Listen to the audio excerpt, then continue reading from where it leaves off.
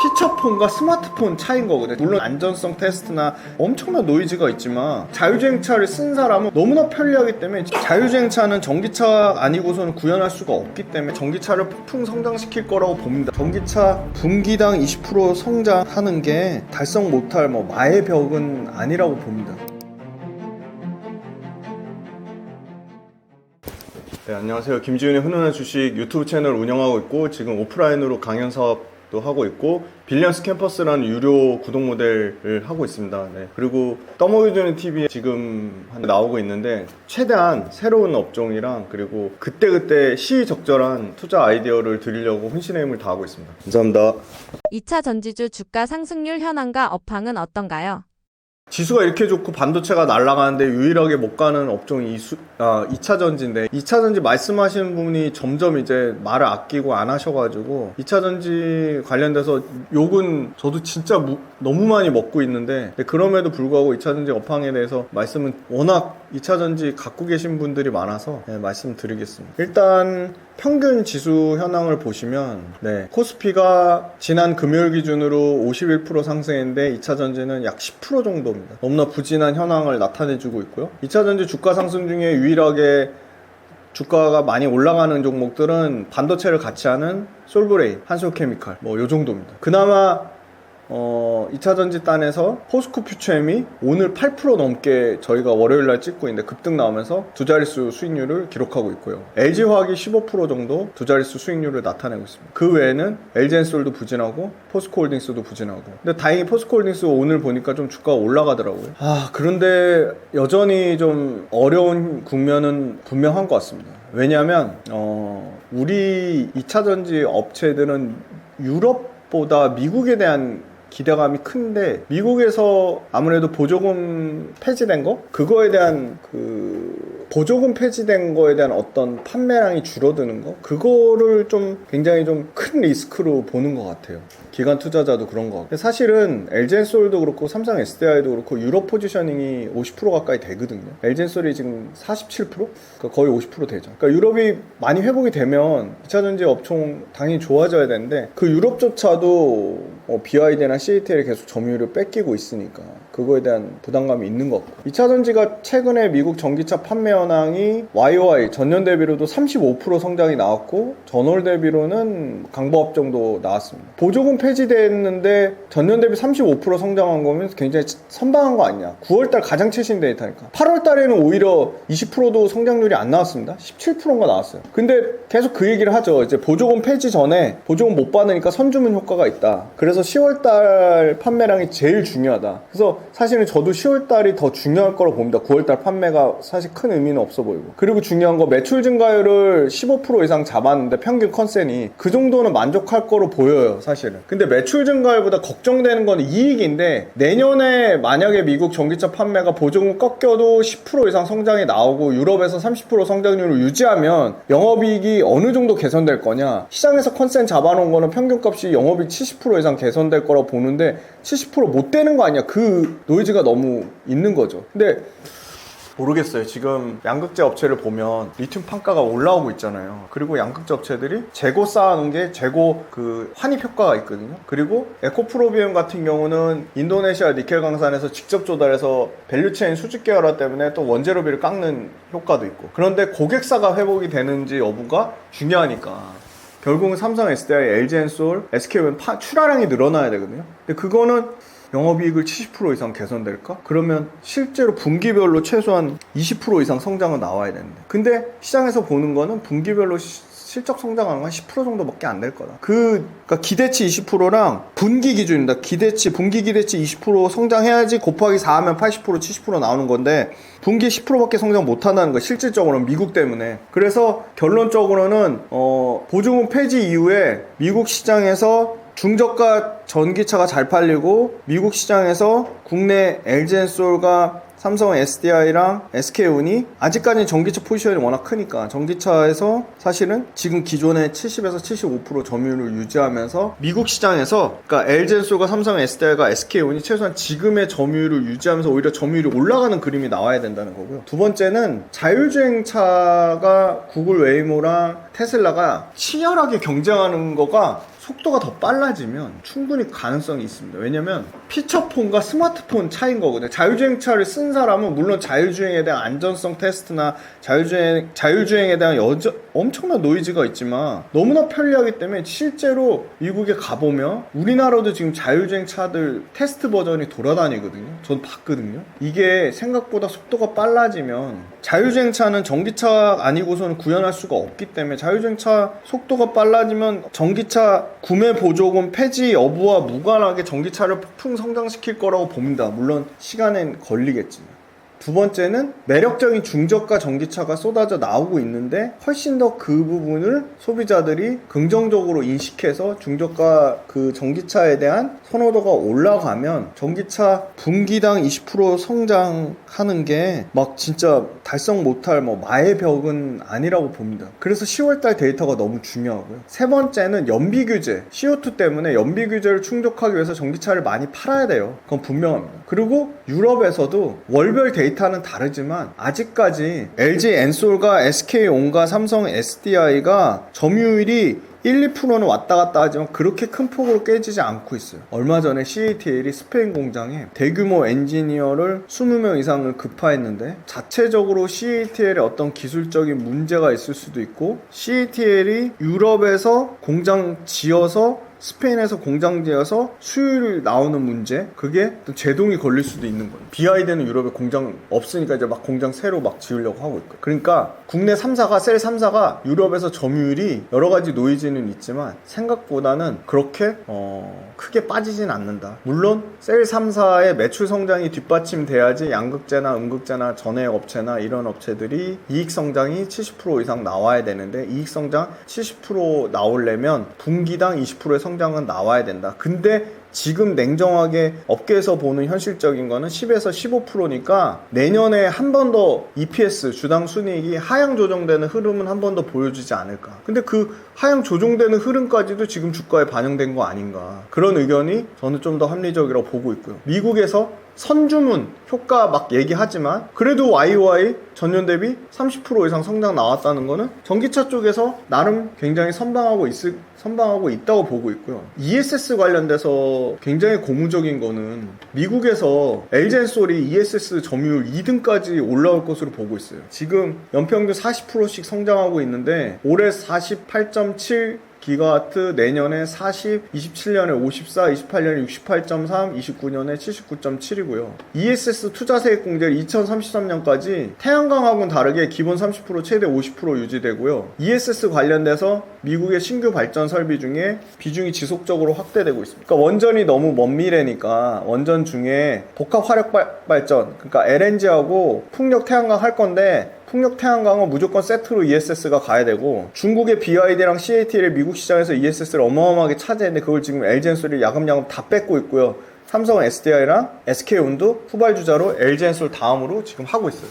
근데 숫자도 LG 엔솔이 2조 8천억에서 5조, 7조, 9조 이렇게 매출이 성장하는 그림이에요. 그래서 내년 정도 되면 ESS 매출이 LG 엔솔 기준으로 전체 매출의 30%까지 올라올 것 같아요. 많게는 35%까지. 근데 마진이 훨씬 좋아요. 심지어 AMPC 첨단 생산세액 공제가 예를 들어 전기차가 킬로와트 시당 80에서 100불을 받는다 치면 ESS는 SI라고 해서 시스템 인티그레이션, 시스템 통합으로 납품을 하잖아요. 그럼 그냥 셀 단위가 아니고 모듈을 넘어서 시스템 단위로 세액공제를 적용받으니까 킬로와트 시당 200불을 세액공제를 받는 거야. 2배 세액공제 받는 거죠. 마진율도 거의 20% 가까이 나와요. 그래서 상당히 공격적으로 LG 엔솔이 빠르게 LFP로 ESS를 미국 시장에 침투를 했고, 그런데 경쟁사가 플루언스 에너지라고 있는데 미국 회사인데 중국계 ESS를 썼다가 지금 국내 LG 엔솔이나 삼성 SDI 쪽으로 러브콜을 보고 있어요. 왜냐면 중국계 ESS를 못 쓰니까. 그런데 LG 엔솔이 굳이 플루언스의 시스템으로 납품하는 게 아니면 마진을 못 받으니까 오히려 거절하는 형상까지 나오고 있다. 그러니까 전기차만 봤을 때는 LG 엔솔이나 삼성 SDI가 성장을 못하는 것처럼 보이지만 그런 상황은 아니다. ESS가 매출과 이익단에서 30% 40% 올라오면 충분히 ESS로 LG 엔솔 승부를 볼 볼 수 있다. 심지어 지금 미국에서 그렇게 승부를 보고 있다. 수주를 미친 듯이 받고 있다. 두 번째는 휴머노이드 테슬라 옵티머스 로봇에 들어가는 배터리도 LG 엔솔이 납품하는데 테슬라랑 중국의 로봇 업체들이랑 경쟁 붙어서 지금 급격하게 이 휴머노이드 로봇 양산이 빨라질 것 같아요. 보스턴 다이내믹스가 테슬라랑 경쟁하면서 여기도 보스턴 다이내믹스도 상장 이슈가 있죠. 그래서 지금 로봇을 더 양산 시기를 앞당기겠다고 했고 물량도 늘리겠다고 했으니까.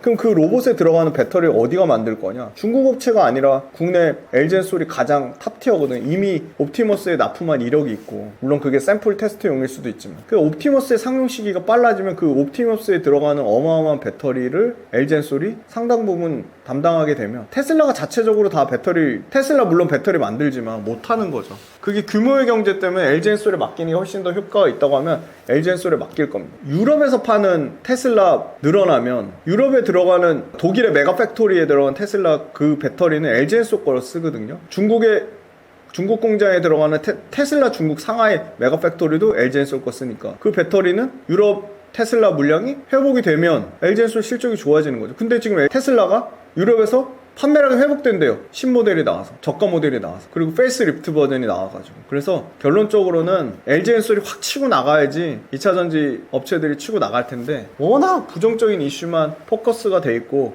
미국 시장에 대한 우려가 상당히 과도한 측면이 있다. 두 번째는 내년에 이익 성장이 60에서 70% 이상 나와야 되는데 그거를 상당히 어려울 거라고 보고 부정적으로 보고 있습니다. 다만 ESS 시장과 로봇 시장과 그리고 유럽 시장 그리고 미국 시장에서 이제 본격적인 승부, 그러니까 구매 세액공제가 없어진 시점에서 얼마나 미국 시장 판매량이 회복될 거냐. 미국 시장 판매량 회복되는 그 키는 테슬라가 갖고 있다기보다는 오히려 미국 시장이 지금 잘하고 있는 현대기아차, GM, 스텔란티스, 그리고 폭스바겐. 그리고 지금 본격적으로 일본 차들 있잖아요. 도요타, 혼다, 닛산 이미 배터리 수주를 받았죠. LG 엔솔이. 도요타, 혼다, 닛산 물량이 저는 이제 내년에 본격적으로 상용화돼서 좀 나올 거라고 보고 있습니다. 그래서 전기차와 유럽 회복과 ESS 에너지 저장 장치와 그 다음에 옵티머스 휴머노이드 로봇과 또 하나 있죠. ESS 에너지 저장 장치와 중요한 거 전기차 시장을 다시 폭증시킬 수 있는 테슬라의 FSD 14 버전 최신 버전의 완전 상용화. 지금 샌프란시스코랑 텍사스랑 지금 계속 그게 늘어나고 있죠. 로보택시까지. 자율주행. 이 자율주행의 모멘텀이 다시 한번 전기차를 단순히 구매 세액 공제가 없어져서 전기차 판매가 급격하게 줄어들 거다. 그건 너무 성급한 일반화의 논리라고 생각을 하고요. 자율주행이 빨라지는 순간 전기차는 다시금 높은 판매 증가세를 기록할 거라고 보고 있습니다. 다만 수급이 반도체에 쏠려 있고 또 어디에 쏠려 있죠? 방산에 쏠려 있고 수급의 어떤 순환이 일어나야 되는데 외국인이든 기관이든 어느 쪽에서 좀 딱 방향 전환하는 모습이 보이면, 예를 들어 기관이 먼저 방향 전환하는 모습 보이면 외국인이 따라올 수 있다고 보고요. 외국인이 먼저 방향 전환하면 기관이 방향 전환할 수도 있다고 봅니다. 왜냐면 오늘 정말 모처럼 포스코 퓨처엠이 8% 넘게 급등 나왔고요. 포스코 홀딩스 4%, LG 엔솔 3% 이렇게 주가가 좀 오늘 장 나쁘거든요. 미장 박살나서 우리나라 지금 외국인이 거의 1조 팔면서 지수가 2% 넘게 빠졌는데 2차전지 오늘 좀 좋더라고요. 그래서 2차전지는 부정적인 이슈가 긍정적인 이슈보다 더 많지만 중요한 거는 결국은 실적이다. 시장에서 보는 분기별 20%대 성장할 거라는 기대감과 실제 예상되는 10%밖에 성장 못하는 거에 그 괴리율이 얼마나 줄어드느냐에 따라 그 줄어드는 거가 급격하게 20%대 성장을 할 수 있다고 하면 앞으로 붙을 모멘텀은 ESS 에너지 저장 장치도 있고 휴머노이드 로봇도 있고 자율주행도 있다. 그래서 2차전지 갖고 계신 분들은 계속 반복적인 얘기를 말씀드려서 너무너무 죄송하지만 조금 더 냉정하게 업황이 여기서 더 나빠지기보다는 회복되는 그림으로 간다고 보고 있고요. 나는 2차전지 말고 훨씬 더 명확하게 완벽하게 스터디가 돼 있고 나는 이 산업으로 이 업종으로 완벽하게 수익을 낼 수 있어. 상대적인 매력도를 비교해서 그거를 명확하게 구분하실 수 있으면 그쪽으로 선택을 하시는 하시는 거고요. 나는 반도체도 좀 아리까리하고 방산도 좀 아리까리하고 잘 모르겠어. 그렇다고 반도체 막 좋다고 얘기하니까 또는 방산 막 좋다고 얘기하니까 그렇게 그 소위 자기 판단이나 자기 주관 없이 따라가시는 거는 저는 철저하게 투자 전략적인 측면에서 지향하셔야 될 거라고 봅니다. 오늘 좀 조정은 나왔지만 시장은 앞으로 훨씬 긍정적으로 보는 의견들이 많더라고요. 그런데 시장이 긍정적인 것보다는 내가 선택한 종목, 내가 투자하는 산업이 시장보다 초과 상승이 나야 됩니다. 그게 결국 주도주고요. 그래서 저하고 매일매일 시장을 체크하고 디테일하게 분석하면서 같이 함께 오래오래, 그리고 투자하는 과정이 재밌고 즐거워야 되거든요. 그래서 저하고 오래오래 투자 과정을 재밌고 즐겁게 구독자분들이 함께 빌리언스 캠퍼스라는 구독 모델을 통해서 함께 해주시면 너무너무 좋을 것 같습니다. 그리고 제가 매달 한 달에 한 번씩 오프라인으로 구독자분들 만나고 있으니까 그 오프라인 강연에도 많은 관심 가져주셨으면 좋겠고, 그리고 주식 투자 관련돼서 사실은 어느 정도 수익 나면 수익 실현해서 다른 사람도 또 수익 내게끔 좀 양보도 하시고 그러면 너무 좋을 것 같습니다. 그러니까 이게 꼭 그때 수익 실현 안 해서 항상 후회하시거든요. 야, 그거 내가 그때 팔았으면 200% 먹었는데, 그때 팔았으면 50% 수익 났는데 지금 본전됐어. 아무 의미 없는 일종의 껄무새가 되시거든요. 그래서 내가 잘 어느 정도 좋은 타이밍에 좋은 수익을 내셨으면 내 마음에 편안해지게, 또 다른 사람이 또 그 종목으로 또 수익 나게끔, 예를 들어 지금 삼성전자 하이닉스도 다 모두 신고가잖아요. 그러니까 삼성전자 하이닉스로 좀 수익 났으면 지금 시점에서 냉정하게 삼성전자가 매력적일까? 화장품이 매력적일까? 오늘 말씀드렸던 2차전지가 매력적일까? 꼼꼼하게 비교를 해보시고 포트폴리오 재분배하는 것도 너무 중요할 것 같습니다. 꼭 수익 났으면 30% 또는 50%, 아무리 장이 코스피 4천 간다는 얘기 나와도 내 종목이 중요하고 내가 투자하는 산업이 중요합니다. 그거 포트폴리오 전략 잡는 게 너무 어려우신 분들은 꼭 빌리언스 캠퍼스 구독 모델로 저하고 같이 공부하고 저하고 오래오래 재밌는 투자 라이프를 이어가셨으면 좋겠습니다. 감사합니다. 반도체주 주가 상승률 현황은 어떤가요? 반도체는 일단 삼성전자랑 하이닉스가 일단 지수 평균값보다 훨씬 올라가니까 확실히 다르죠. 평균 상승률이 85%예요. 85%.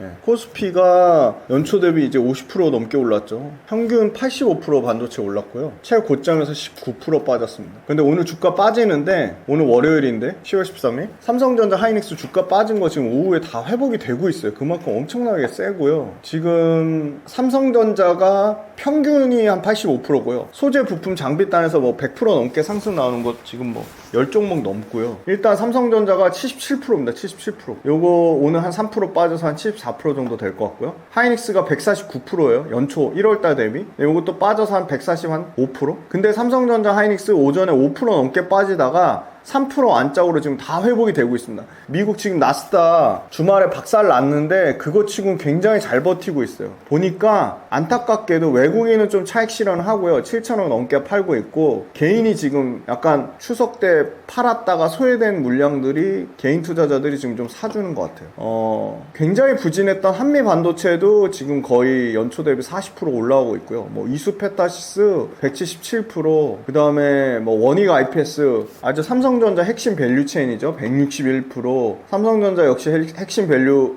소재 부품업체 동진세미캠 123%, TCK 168%, 100% 보세요. 하나마이크론, 여기는 삼성전자 하이닉스 165%, 코미코, 제가 유료 그 구독 모델 빌리언스에서 좀 강조해서 많이 말씀드렸는데 코미코 206%, 그 다음에 요것도 그 빌리언스 캠퍼스를 유료 구독 모델에서 많이 말씀드렸는데 PSK 120%, 그 다음에 하나 머티리얼즈 90%, 100% 넘는 종목이요 20개가 넘습니다. 근데 중요한 거, 대장인 삼성전자랑 SK 하이닉스가 역대급 신고가 영역에 있다는 겁니다. 삼성전자는 목표 주가 11만 5천 원 이제 계속 상향 조정되고 있고, 하이닉스는 이미 목표 주가 50만 원 넘는 56만 원짜리 목표 주가도 있고요. 그래서 반도체는 주가가 지금 증명하고 있다.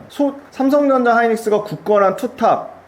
그런데 조금 부정적으로 보는 거는, 이렇게 너무 쏠림이 현상이 있는 거는 지수한테는 안 좋습니다. 왜냐면 삼성전자가 지금 559조고 하이닉스가 310조인데 이거 다 합치면 800 거의 70조예요. 870조. 870조면요. 코스피 전체 시총의 정확하게 29%입니다. 29%. 29.1 이렇게 되는데요. 그러면 3분의 1이잖아요. 약 30%니까. 이렇게 삼성전자 하이닉스가 전체 코스피 시총의 30%가 된다? 그럼 다른 종목들이 못 가요. 너무 편중돼 있어서. 그러니까 그게 좋은 건 아니다. 고르게 올라야 되는데 너무 삼성전자 하이닉스에 편중돼 있는데 오늘요 BNK 증권에서 아주 재미난 레포트가 났어요. 어떤 레포트냐?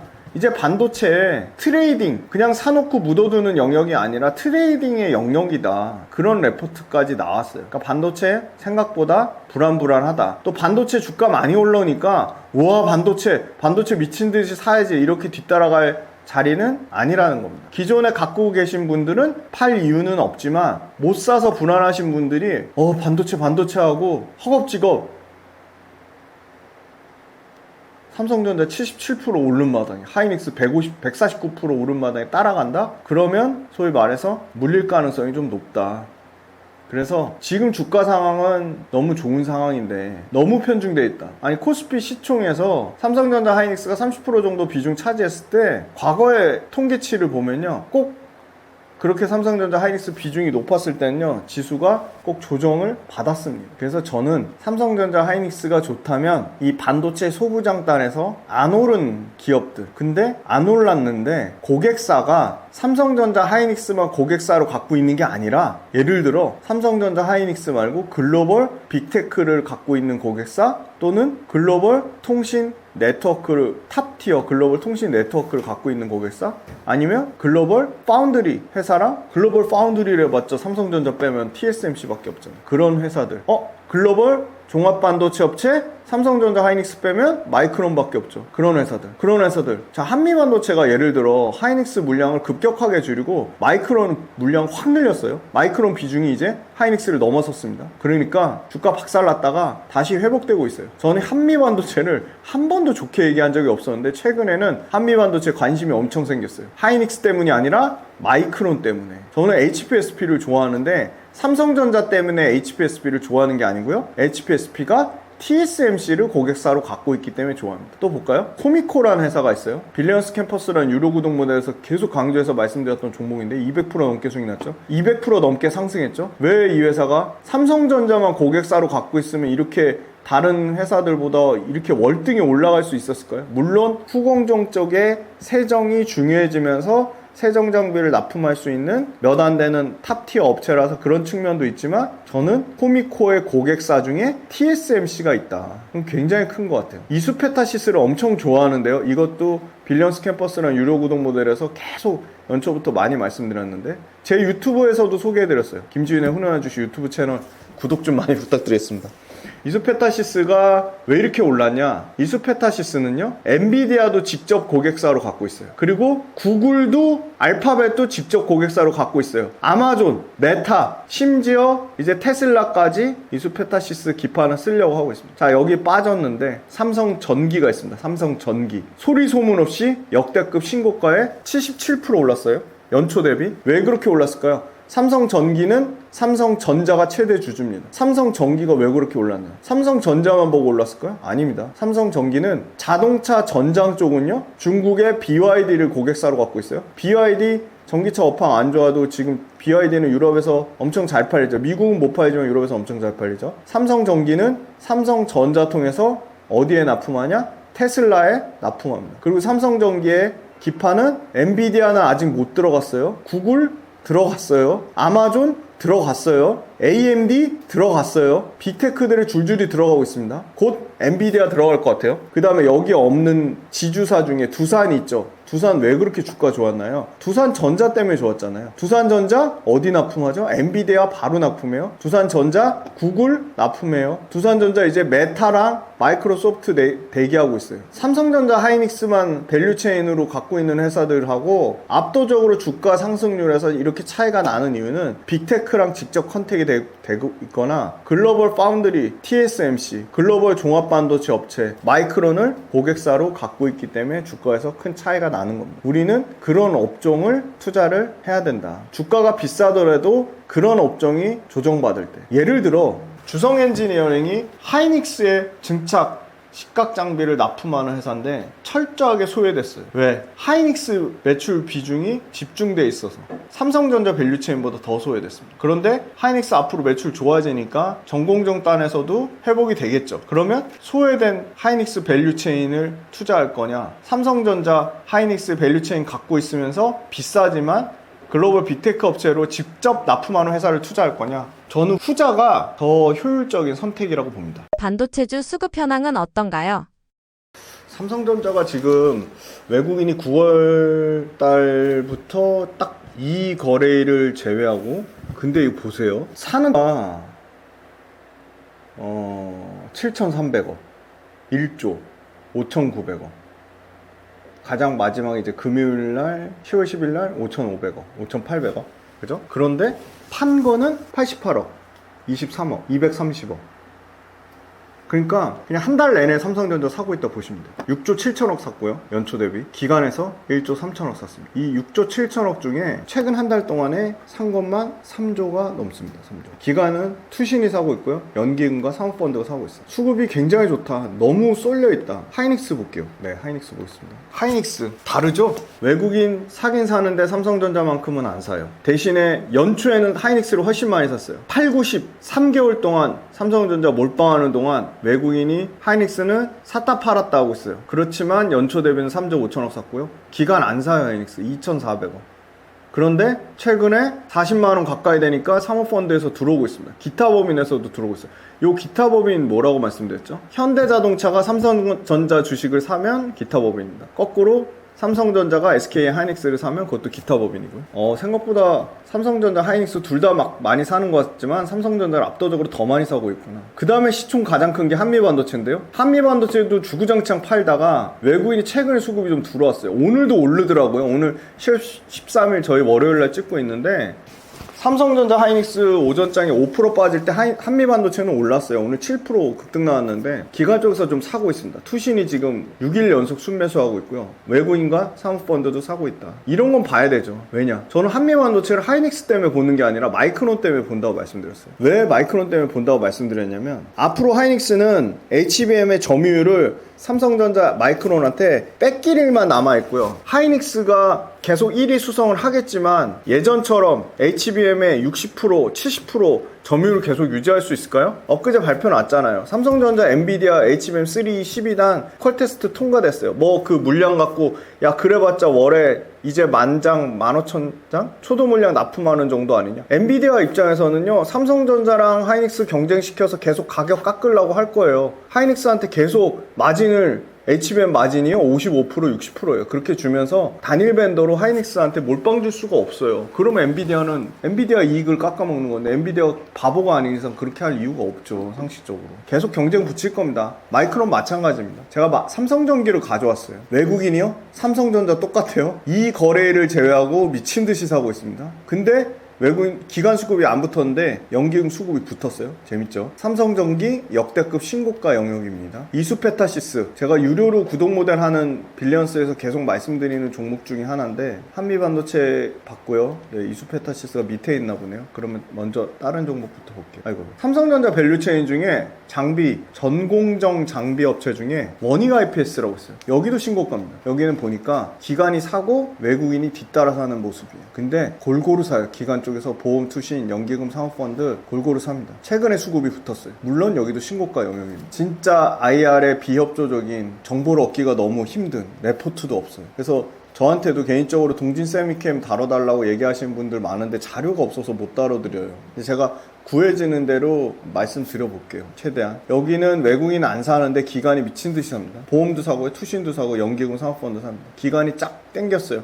그러니까 처음으로 계속 팔다가 외국인 매수세가 들어왔는데 연속성은 아직 모르겠어요. 여기 빠진 이수페타시스 수급 한번 꼭 체크해 보시고요. 그 다음에 후공정에 코미코라는 회사가 있어요. 신고가입니다. 역대급 신고가예요. 제 빌리언스 캠퍼스 유료 구독자분들한테 소개해드렸던 종목인데 이 신고가 영역에서도 기관은 꾸준히 계속 삽니다. 연기금도 사고 보험도 사고 금융투자도 사고. 다만 아쉬운 건 개인이 팔고 있는데 개인이 뭐 7만원 8만원대 사서 30-40% 수익 내고 파는지는 모르겠어요. 개인이 파는 거 기관이나 외국인이 그대로 받아가고 있죠. 물론 연속성은 조금 더 지켜봐야 됩니다. 코미코도 수급이 나쁘지 않은 상황입니다. 전반적으로 삼성전자 하이닉스가 수급을 쫙 당기면서 그 밑단의 소부장까지 수급이 고르게 밸류체인별로 확산되고 있다. 그런데 안타깝게도 하이닉스 밸류체인 쪽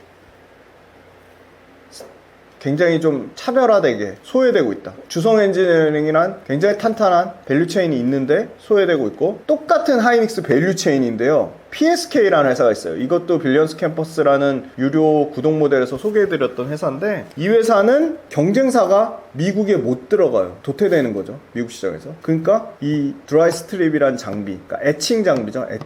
에칭 장비를 미국 시장을 PSK가 상당히 기존의 경쟁사, 경쟁업체의 점유율을 뺏어올 것으로 보고 있어요. 그리고 PSK는 고객사가 하이닉스만 있는 게 아닙니다.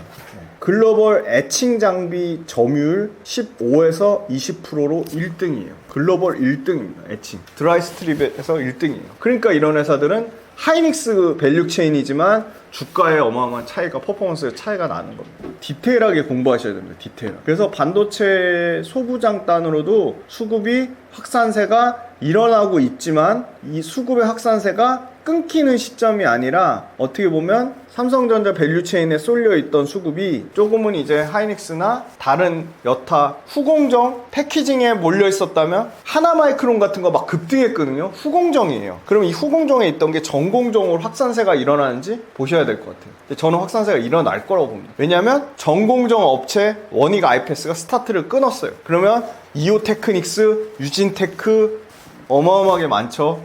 따라갈 겁니다. 오늘 보니까 DI 이런 회사들이 막 급등이 나옵니다. 후공정에 대표적으로 빌리언스 캠퍼스 유료 구독 모델에서 먼저 소개해드렸던 테크닉이라는 회사가 있어요. 이 회사도 신고가예요. 상당히 주가 좋습니다. 역대급 신고가입니다. 그럼 신고가 영역에 있는 회사들 비싸다고 안 볼 거냐? 화장품이랑 똑같아요. 보셔야 됩니다. 왜냐면 후공정 업체들이 주가 퍼포먼스가 좋아서 전공정 업체들보다 실적이 월등하게 뛰어날 거라고 봤지만, 전공정 업체들 막상 실적을 까보면 전공정 업체들도 실적이 회복 국면에 있기 때문이에요. 회복 국면에. 그러면 주가는 가장 좋아하는 거는 원래 잘하던 놈이 더 잘하는 것보다 실적이 박살났다가 턴어라운드 하는 걸 굉장히 좋아합니다. 둘 다 매력도를, 원래 실적 좋은 놈, 실적 턴어라운드 하는 놈, 둘 다 비교해서 보셔야 돼요. 둘 다. 후공정이 주가 퍼포먼스가 좋았다면 전공정 계속 나쁠 거냐? 아니면 삼성전자 밸류체인 계속 좋았는데 하이닉스 밸류체인 계속 나쁠 거냐? 그걸 냉정히 따져보셔야죠. 그건 뭘로 따져보셔야 되냐? 역시나 첫째도 펀더멘탈, 둘째도 펀더멘탈, 셋째도 펀더멘탈. 실적입니다. 실적. 매출과 이익이 회복되는지 여부, 매출과 이익이 성장하는지 여부. 하이닉스 밸류체인이 실적이 드라마틱하게 회복돼요. 삼성전자 밸류체인이 실적이 드라마틱하게 회복돼요. 둘 다 똑같이 실적이 드라마틱하게 회복돼요.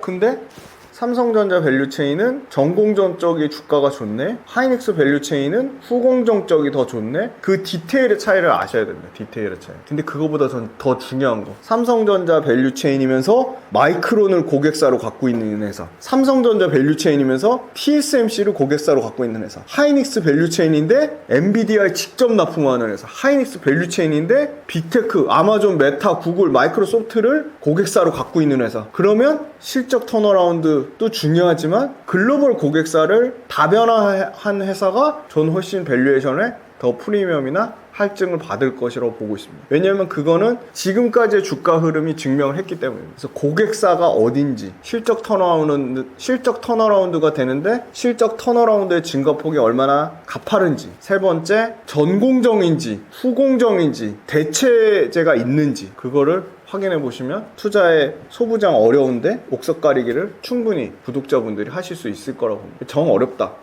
그러면 ETF가 너무 잘 돼 있어요. 전공정만 다룬 ETF, 후공정만 다룬 ETF, 또는 전공정, 후공정, 밸류체인 전체를 다룬 ETF. ETF를 반도체가 일단 AI라는 메가 트렌드는 안 꺾일 것 같아. 뭐 AI 뭐 자전거래 얘기도 하고 AI 자기네들끼리 칩을 사주고 칩 사주는 대신에 지분 교환하고 막 이러는데 막 말들이 많은데 어찌됐든 AI가 메가 트렌드인 건 분명하니까 AI는 계속 성장을 하고 있으니까 성장이 꺾이지 않으니까 뭐 아마존하고 엔비디아가 뭐 또는 엔비디아하고 오픈AI가 치고 박든 말든 우리는 삼성전자, SK 하이닉스, HBM 칩 많이 팔면 되잖아요. 근데 지금 많이 파는 상황이잖아요. 우리나라 와가지고 오픈AI가 삼성전자, 하이닉스 일단 스타게이트 프로젝트에 껴주겠다고 한 거잖아요. 그러면 당분간 반도체는 좋을 수밖에 없겠구나. 그럼 계속 보셔야 되는 겁니다. 그런데 조금 더 수익률을 올리기 위해서 제가 말한 4가지 포인트를 조금 더 중점적으로 보시면 더 정답지를 압축할 수 있겠다. 그렇게 말씀드리겠습니다. 반도체주 업황 및 밸류에이션 현황은 어떤가요? AI는 B2B가 수요를 견인하고 있는데 그럼 언제 꺾일 거냐. 지금 AI 수요가 정점이라고 말하는 거는 아직 너무 빠르죠. 왜냐면 실적이 피크 찍고 꺾이는 시점이 아니라 실적이 지금 계속 올라가고 있는 추세에 있거든요. 그러면 수요의 정점이라고 예상되는 것 중에 합리적인 의견을 굳이 보면 AI 데이터 센터를 더 조단위로 투자하는 걸 멈추든지 줄이겠죠. 그 줄이는 시점이 최근에 나온 레포트 중에 28년도가 수요의 단기 정점을 찍을 거다. 좀 합리적으로 보입니다. 사실 엔비디아는 2030년까지 AI 데이터 센터 투자를 최소 매년 4조 이상 투자하겠다. 28년도에 데이터 센터가 1조대 투자로 급격하게 줄어들 거라고는 했습니다. 엔비디아만 있는 게 아니잖아요. 주문용 반도체, 아식. 얘네도 언제 꺾이냐고 봐야 되는 거죠. 28년도가 아식은 더 2, 3년? 2년? 2년 정도? 더 뒤로 가지 않을까? 왜냐면 아식은 엔비디아 범용칩보다 뛰어든 시기가 더 후발주자예요. 그러니까 약 1년 반에서 최소 2년 이상의 갭이 있으니까 아식 칩이 꺾이는 시점은 2030년이라고 보는 게 좀 합리적인 것 같고요. 엔비디아 가속기는 범용도 있고 주문용 아식도 있는데 수요가 얼마 전에 엔비디아 젠슨왕이 야 너네가 애널리스트들이 예측하는 거 맞지 않다. 앞으로 수요가 어마어마하게 커질 건데 그 수요의 정점 찍는 시점에 대해서는 얘기를 안 했어요. 그래서 일단은 데이터 센터 투자가 멈추는 시점, 데이터 센터의 투자가 급격하게 줄어드는 시점이 전 분명히 올 거라고 보는데 그게 28년이 될지 29년이 될지 2030년이 될지 모르겠어요. 그런데 일단은 HBM 시장 자체가 미국 달러 기준으로 1077억 달러 28년 요때가 일단 단기 피크라고 보는 것 같고요. 엔비디아 데이터 센터의 매출이 연평균 60%씩 증가하는데 60%씩 증가를 계속 27년, 28년, 29년 계속 할 수 있을까요?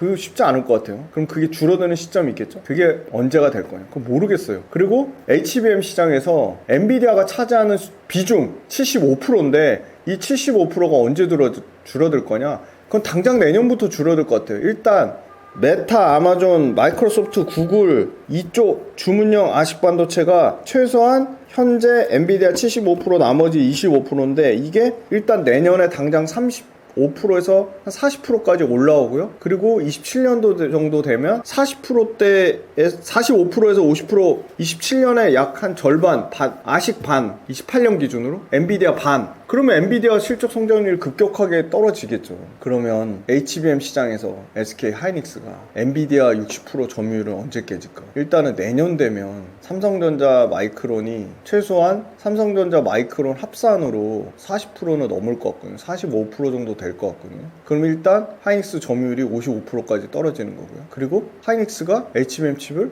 그렇게 계속 30-40% 비싸게 못 받을 것 같아요. 왜? 제가 지난번에 말씀드렸잖아요. HBM이 원재료 값이랑 3보다 4에서 HBM4를 만드는데 40% 더 비싸게 만들었는데 40% 더 비싸게 못 받으면 하이닉스는 그 마진을 유지할 수가 없다고. 근데 지금의 주목받는 거는 일단 단기적으로 최소한 1년은 HBM 너무 하니까 일반 D램하고 낸드에 자연 감산분이 생겨서 일반 D램과 낸드 가격이 올라가고 있다니까요. 일반 D램과 낸드가 수요가 엄청 좋은 것도 아닌데 물론 HDD를 최근에 아마존 웹서비스가 엄청나게 사가면서 낸드가 공급 부족이 생겼어요. 그러니까 D램하고 낸드 가격 빠질 줄 알았는데 안 올라가요. 그리고 HBM4에서 대용량 저장 장치로 쓰는 QLC ESSD가 지금 기존의 대체제로 단기적인 가격 상승이 올라가고 있는데 최소한 내년까지는 올라갈 것 같아요. 그리고 중국의 CXMT가 정부에서 밀어줘가지고 DDR5를 빠르게 진입할 줄 알았는데 진입을 못하고 있어요, 지금. 그러니까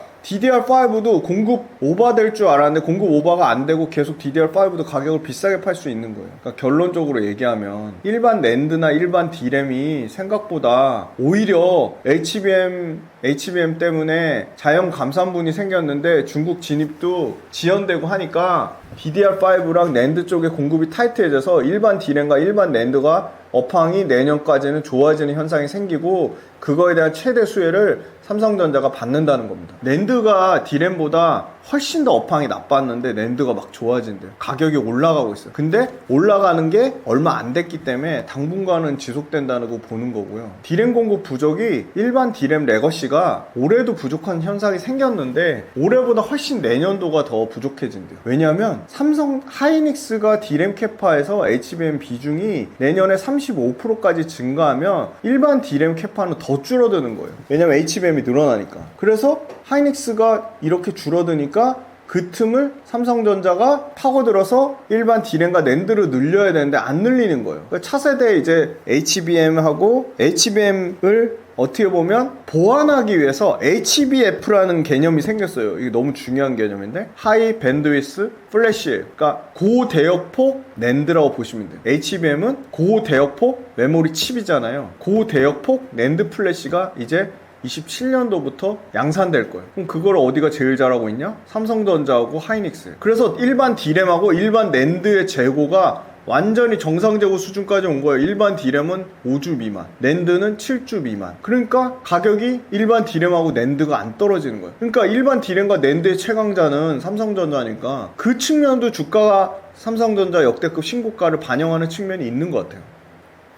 그러면 일반 D램과 낸드 업황이 좋으니까 삼성전자가 급격하게 공급을 늘려야 되는데 안 늘리고 있잖아요. 삼성전자는 파운드리가 매년 4조씩 적자를 내는 회사였는데 지금 적자가 7천억대까지 줄어든대요. 왜냐하면 테슬라 납품을 하는가 필두로 애플의 이미지 센서까지 수주를 받으면서 야 TSMC가 무한정 캐파를 늘릴 수 없으니까 TSMC의 번호표 들고 대기하고 있던 애들이 계속 삼성전자 파운드리 가동률이 올라오나 안 올라오나 보고 있는데 막말로 테슬라의 일론 머스크가 직접 가서 삼성전자 파운드리 가동률 잘 올라오는지 체크하겠다고 하잖아요. 그러니까 일단 마진이 좋든 나쁘든 테슬라에 납품하면서 일단은 물량을 확보를 했어요. 16조가 넘잖아요. 근데 거기서 이제 가동률이 어느 정도 좀 올라오면서 회복되는 모습을 보여줘요. 그러면 아마존이나 메타나 구글이나 아식 주문용 반도체를 만드는 회사들이 계속 TSMC만 기다리진 않을 겁니다. 왜냐면 속도전인데다가 계속 미친듯이 데이터 센터를 짓고 있는데 HBM을 만들 수 있는 파운드리가 TSMC랑 삼성전자밖에 없잖아요. 그 정도 HBM급을 삼성전자랑 막 격차가 줄어들었지만 중국의 SMIC나 이런 데는 삼성전자보다 더 수율이 안 나고 기술력이 안 돼서 못 만든다고요. 그러니까 결국은 TSMC 못 만드는 거 삼성전자가 가져갈 건데 이번에 아주 절호의 기회가 온 겁니다. 테슬라 수주를 받으면서. 그래서 삼성전자가 파운드리가 좋아지고 가동률이 올라가며 삼성전자 계속 조 단위의 실적을 깎아먹었던 파운드리가 급격하게 좋아지면서 파운드리에 대한 모멘텀이 삼성전자가 새로 붙는 겁니다. 근데 지금 주가 9만원대 삼성전자 파운드리가 엄청 좋아진다고 주가에 반영한 것 같진 않아요. 그것까지 반영하면 10만원 넘어가야지 맞겠죠. 그래서 결론적으로는 일반 D램과 낸드가 회복되고 있고 HBM은 예상보다는 올해 100% 넘게 성장했는데 그럼 내년에 100% 넘게 성장은 둘째치고 올해 성장분이 있으니까 내년에 최소한 50% 이상 성장해줘야 되는데 그렇게 50% 이상 성장할 수 있을까? 그렇게 50% 이상 성장해야지 하이닉스 주가가 설명이 되는데 물론 야 하이닉스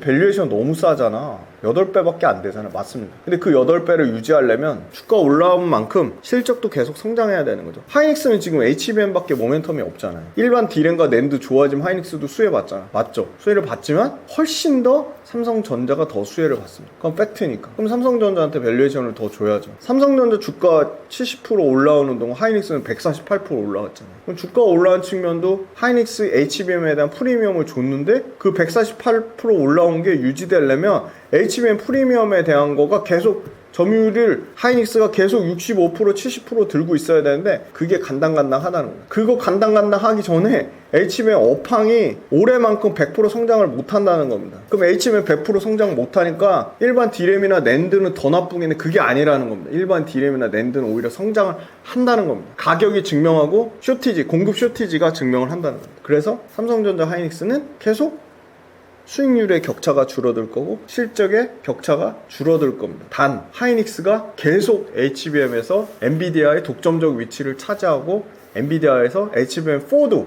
계속 싹쓸이 하면 하이닉스 주가는 계속 높은 수준을 유지하겠죠. 그래서 결론은 조금 더 안정적인 거, 조금 더 실적의 어떤 개선폭, 그거는 HBM 쪽보다는 레거시 D램과 낸드 이쪽이 더 현실성이 내년만 놓고 봤을 때는 더 높아 보인다. 그래서 미국 시장에서도 우리 왜 다이소 가면 저장장치 팔잖아요. 샌디스크라고. 정말 오랜만에 들어보는 이름. 샌디스크 이런 회사들이 주가가 지금 등하고 있습니다. 왜? 일반 D램과 낸드 시장이 좋아질 걸 반영하고 있습니다. 그래서 시장에서는 계속 하이닉스를 외치고 있지만 좀 냉정하게 볼 필요는 있다. TSMC의 캐파가 무한정 늘어날 수도 없는 상황이다. 네, 그렇게 말씀드리겠습니다. 반도체주 실적 현황은 어떤가요? 네, 실적 현황 보시면 삼성전자하고 하이닉스가 역전될 거라고 봤는데 최근에 삼성전자 실적 추정치가 올라가면서 역전이 안 될 것 같아요. 불과 한 달 전만 해도 하이닉스가 내년에 영업이익 50조, 삼성전자 영업이익이 46조에서 47조 봤는데 삼성전자 내년에 영업이익 일단은 현재로서는 50조 4천억, 하이닉스가 50조 2천억, 그래서 약 2천억 정도 현재로서는 삼성전자가 하이닉스 영업이익을 당연히 앞설 것으로 보고 있습니다. 물론 분기 실적 나오면 또 달라요. 일단 올해는 삼성전자가 영업이익이 32조대, 하이닉스가 39조대로 8조 가까이 차이 나면서 하이닉스가 올해까지 실적 역대급으로 좋을 것 같고, 하이닉스가 물론 내년에도 실적이 역대급 좋아지지만 주가가 좋아하는 거는 실적의 성장 폭인데, 하이닉스는 내년 기준으로 실적 성장이 어마어마하죠. 하이닉스도 28% 성장할 거로 보이지만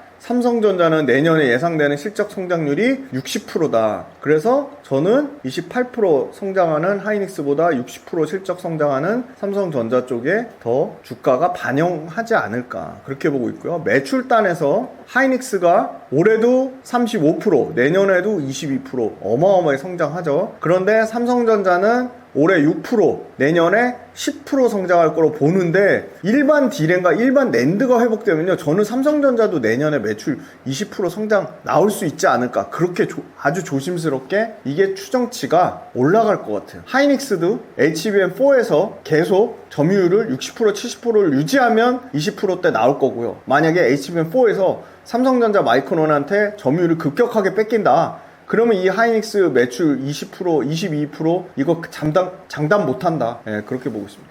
그 다음에 이제 이수페타시스, 요거 꾸준해요. 그냥 20%에서 25%. 영업이익 올해 84% 늘어나는데 내년에 31%. 그러니까 주가가 미친 듯이 올라왔는데 주가 올라오는 것만큼 실적이 따라 올라오고 있어요. 자, 그 다음에 원익 아이패스, 이 회사가 작년에 영업이익 박살났는데 올해 드라마틱하게 실적이 750% 흑전한대요. 그리고 거기서 내년에도 36% 개선된대. 그러니까 반도체 장비 회사 중에 숫자가 이렇게 아름답게 개선되니까 원익 아이패스 주가가 그 실적을 반영하듯이 주가가 상당히 좋은 거고요. 동진 세미캠은 안타깝게도 실적 추정치가 없어요. 그래서 이렇게 그 수식에 오류가 뜨는 거고요. 코미코 올해도 15%, 내년에도 15%, 올해도 영업이익 13%, 내년에 20%, 내년에 영업이익 더 좋아진대요. 요 중간에 솔브레인 올해 10%, 14%, 올해 영업이익 오히려 7% 감소하고 내년에 영업이 31% 증가해요. 솔브레인은 근데 2차전지 모멘텀을 갖고 있거든요, 전에. 그래서 2차전지 업체들 중에 수익률이 유일하게 좋은 업체 중에 하나예요, 솔브레인. 상당히 주가가 좋다. 그 다음에 이제 PSK 여기 있죠. 꾸준히 그냥 10%씩 성장해요. 그리고 작년에 영업이익 55% 개선됐는데 거기서 또 추가적으로 한 자릿수 정도 성장을 한대요. 그리고 내년에 15% 개선된대요. 절대적인 수치가 중요하거든요. 한미반도체가요, 올해 3,800억대에서 내년에 5,500억대, 27년도에 거의 7,000억 영업이익 찍는데요. 주가가 너무 비쌌어요. 근데 주가가 많이 내려왔어요. 엄청 내려왔어요. 그러니까 이제 이 실적 추정치 올라가는 거를 주가에 반영을 할 것 같아요. 이수페타시스는 1,000억대에서 1,900억대, 2,500억대 앞자리 수가 계속 바뀌어요. 그 다음에 리노공업 1,200억, 1,600억, 1,900억. 여기도 꾸준히 이익이 성장하고요. 한미반도체가 이 하나비전의 자회사 하나세미텍한테 TC본도 자리를 뺏겼어요. 그러니까 이 하나비전이 SK 하이닉스를 고객사로 두면서 영업이익이 2,000억, 2,800억 나옵니다. 근데 요게 2,000억, 2,800억이 다 그건 아니에요. 다 저희 반도체 장비는 아니고 CCTV 검사 장비 쪽도 포함되는 거예요. 근데 반도체 쪽만 실장, SMT 실장 장비랑 반도체 장비도 올해 영업이익이 이 중에 한 거의 800억 되고 내년에 거의 1,300억, 1,500억 돼요. 그러니까 하나비전도 무섭게 지금 성장하는 SK 하이닉스 밸류체인 중에 하나예요. 여기도 신규로 하이브리드 본더 장비, TC 본더 장비 업그레이드 버전, 가장 최신 버전을 가장 빨리 내년에 양산하겠다고 합니다. 원익 IPS 영업이익이 1,000억 사이즈로 올라오고 내년에 1,300억 사이즈까지 커진대요. 솔브레인 올해 영업이익 1,500억대로 줄어들지만 내년에 2,000억대까지 회복이 되고요. TCK가 내년에 1,100억. 숫자가 다 좋아요, 보시면. 유진테크도 내년에 영업이익 1,000억 사이즈까지 올라오고요. 하나마이크론이 내년에 2,000억 사이즈까지 영업이익이 올라온대요. 주성엔지니어 아까 주가가 엄청 부진하다고 했잖아요. 여기 숫자가 딱 증명합니다. 원래 영업이 970억 찍던 회사가 600억대까지 영업이익이 빠져요. 그런데 내년에 1100억대까지 회복이 된대요. 그러면 주성엔지니어링은 SK 하이닉스 밸류체인이어서 다른 마이크론이나 TSMC를 고객사로 갖고 있는 회사들보다 주가는 빠졌는데 이렇게 숫자가 예를 들어 영업이익에서 60%에서 80%까지 개선되는 흐름을 보인다면 당연히 주가가 반영될 여지는 충분히 갖고 있다. 코미코 영업이익 사이즈가 1200억에서 1500억 사이즈까지 커져요. 그러면 코미코가 시총상 주가 어마어마하게 올라왔는데 200% 넘게 올랐는데 시총상이 하나 마이크론이나 주성엔지니어링보다도 밑에 있잖아요. 내년 기준으로 1500억 영업이익 내는 회사가 삼성전자, 하이닉스, 한미반도체, 이수페타시스, 리노공업, 한화비전, DB하이텍, 솔브레인 이렇게 하나 마이크론까지 8개밖에 없어요. 영업이익으로 1500억 이상 나는 회사가. 그럼 이 중에 영업이익 1000억 나는 회사도 몇 개 없죠. 리노공업, 이수페타시스, 한미반도체, HPSP 마진율 55%, 하나비전, 원익 IPS, DB하이텍, TCK, 유진테크 1000억 넘네요. 내년에 하나마이크론 2000억대, 주성엔진이 1100억대, 코미코 1500억대, PSK가 내년에 1000억 될 것 같아요. 그러면 이 영업이익의 절대 레벨이 1000억 정도 사이즈 되는 회사들은 밸류에이션에 프리미엄을 줘야 되지 않을까요? 저는 그렇게 봅니다. 그래서 숫자는 소재 부품 장비가 있고 전공정, 후공정이 있고 삼성전자 밸류체인 있고 하이닉스 밸류체인이 있는데 하이닉스 밸류체인보다는 삼성전자 밸류체인이 숫자가 훨씬 더 좋고요. 그죠? 전공정과 후공정이 있는데 후공정이 좋았는데 드라마틱하게 개선되는 거는 전공정이 더 드라마틱하게 개선되는 거죠. 소재 부품 장비가 있는데 장비가 먼저 움직였어요. 근데 소재가 뒤따라서 움직일 것 같아요. 왜? 요새 움직이는 건 소재 부품이 훨씬 많이 움직이거든요. 코미코는 장비도 하고 소재도 합니다. 하나마이크론 소재단이고요. ISC 소재단이고요. 리노공업 소재단이고요. PSK 장비, SNS텍 소재 장비 둘 다 하고 K스텍 소재 흐름이 하이닉스 밸류체인보단 삼성전자 밸류체인이 좀 주가가 더 세구나. 전공정보단 후공정 쪽이 좀 더 셌구나. 그러면 앞으로 차세대는 뭐가 될까? 전공정이 될까? 후공정이 될까? 삼성전자 밸류체인이 될까? 하이닉스 밸류체인이 될까? 아니면 소재가 될까? 장비가 될까? 부품이 될까? 그걸 계속 비교하셔야 되는 겁니다. 반도체주 관심 종목은 무엇인가요? 네, 반도체주 일단 하이닉스랑 삼성전자 중에 냉정하게 이제 삼성전자를 좀 더 관심 있게 보시라고 말씀드려야 될 것 같은데요. 하이닉스는 이제 삼성전자는 목표가가 이제 11만 5천원까지 나왔죠. 물량보다는 가격 상승의 흐름을 주목해보자. 그러니까 무슨 말이냐면 일반 D램과 일반 낸드가 모두 가격이 올라가고 있고 재고가 급격하게 줄어들면서 정상 재고 수준까지 올라오고 있고 파운드리가 가동률이 회복되고 있다. 파운드리는 이미 테슬라와 애플 이미지 센서 고객사를 확보하면서 파운드리가 가진 적자가 급격하게 축소되고 있다. 파운드리는 이제 추가적으로 삼성전자가 휴대폰 자체 엑시노스 쓰다가 퀄컴한테 뺏겼다 또 하는데 퀄컴조차도 삼성 파운드리를 못 믿어가지고 TSMC에 주고 했잖아요. 근데 다시 파운드리 추가 고객으로 퀄컴에 대한 확보가 예상이 되고 실제 개선폭은 하이닉스보다 훨씬 큰 거죠. 왜냐? 일단 내년에 메모리로만 일반 D램하고 일반 낸드가 조금만 회복돼도 메모리만 삼성전자 30조 영업이익 달성을 예상하고 있습니다. 테슬라의 2나노, 풀셀프 드라이빙, FSD, 자율주행, AI 도조칩 수주가 그럼 언제 실적 반영되냐? 올해가 아니고 내년에 반영될 것 같아요. 3나노 1티어, 테슬라 1티어죠. 글로벌 탑티어 고객을 받았으니까 파운드리가 본격 회복 국면에 이미 들어갔죠. 그런데 TSMC의 유일한 대안이라고 할 수 있는 게 삼성전자밖에 없네요. 그러니까 그런 기대감이 계속 나오는 겁니다. HBM 관련돼서 CXMT가 HBM 개발한다고 막 깝죽깝죽 되니까 오히려 CXMT의 DDR5가 라인이 종료되는 효과가 생겼어요. 그러니까 일반 DDR5의 공급이 막 중국이 엄청나게 공급을 늘려야 되는데 못 늘리니까 이 DDR5의 가격이 올라간 겁니다. 그리고 심지어 HBM 관련된 비중이 삼성전자는 10%도 안 돼요. 그러니까 HBM, 엔비디아 이제 콜 테스트 받았으니까 엔비디아 물량 늘어나겠죠. 삼성전자 하이닉스랑 막 경쟁시키겠죠. 그러면 내년까지는 일반 D램 쪽에서 가격 상승 사이클이 나온다고 하니까 아마 삼성전자는 하이닉스보다 실적 개선감이 클 것 같고 일반 D램과 낸드의 증가되는 폭이 훨씬 드라마틱하게 올라갈 것 같아요.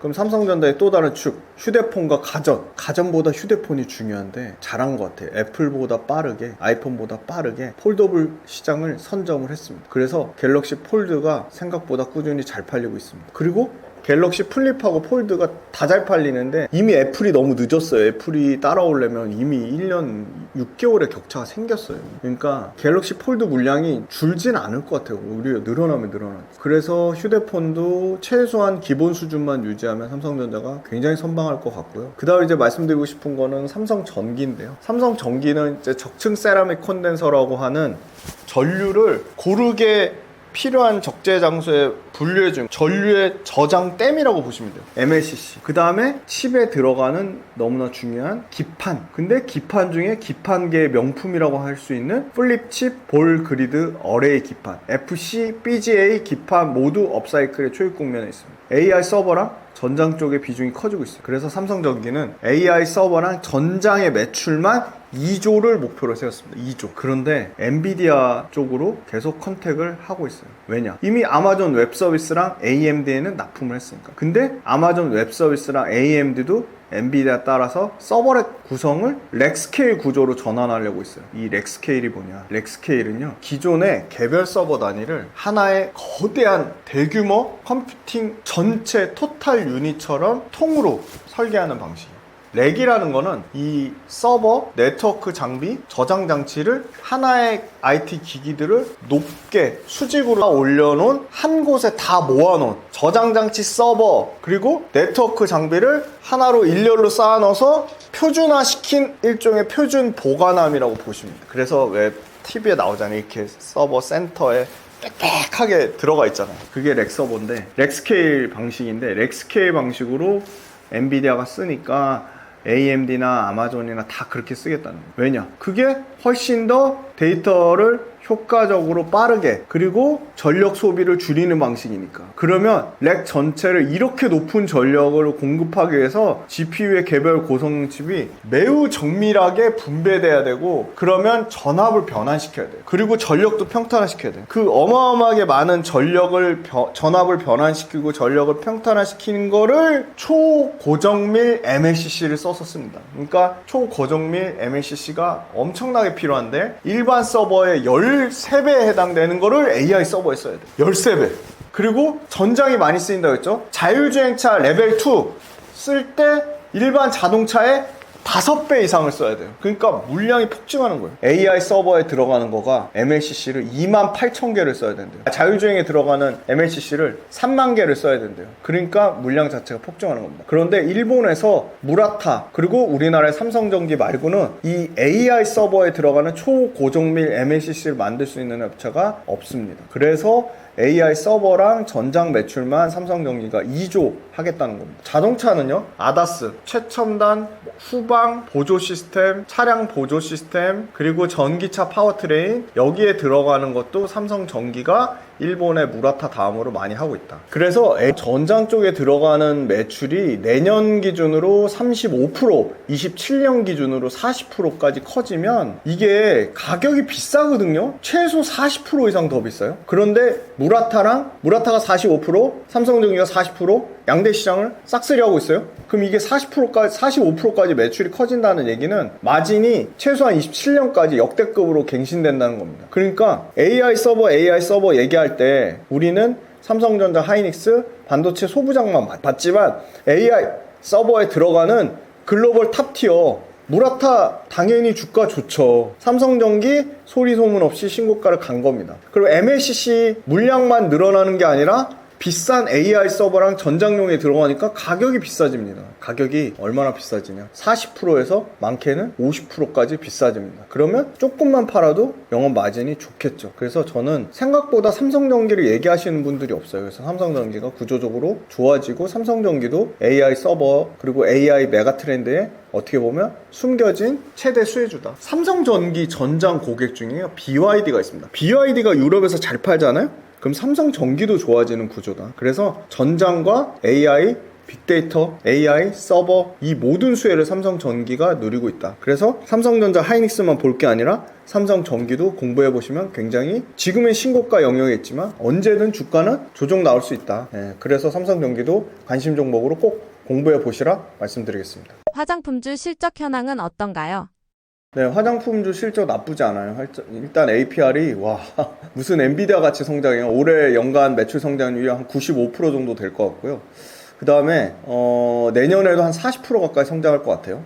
올해 영업이익이 APR이 159%, 내년에 영업이익도 한 40% 성장할 것으로 예상하고요. 실리콘2 만만치 않아요. 올해 매출 60% 정도 성장하고요. 내년에도 한 33% 정도 성장할 것으로 예상합니다. 실리콘2 올해 영업이익 55%예요. 그런데 APR은 작년에 18% 성장했는데요. 실리콘2는 이미 작년에 188% 성장했어요. 188% 성장했는데 거기서 54% 성장하는 건 어마어마한 겁니다. 그리고 내년에도 35% 성장합니다. 코스맥스 볼게요. 코스맥스도 나쁘지 않아요. 올해 매출 한 15%, 내년에도 한 15%, 영업이익은 올해 30%, 내년에 한 21%.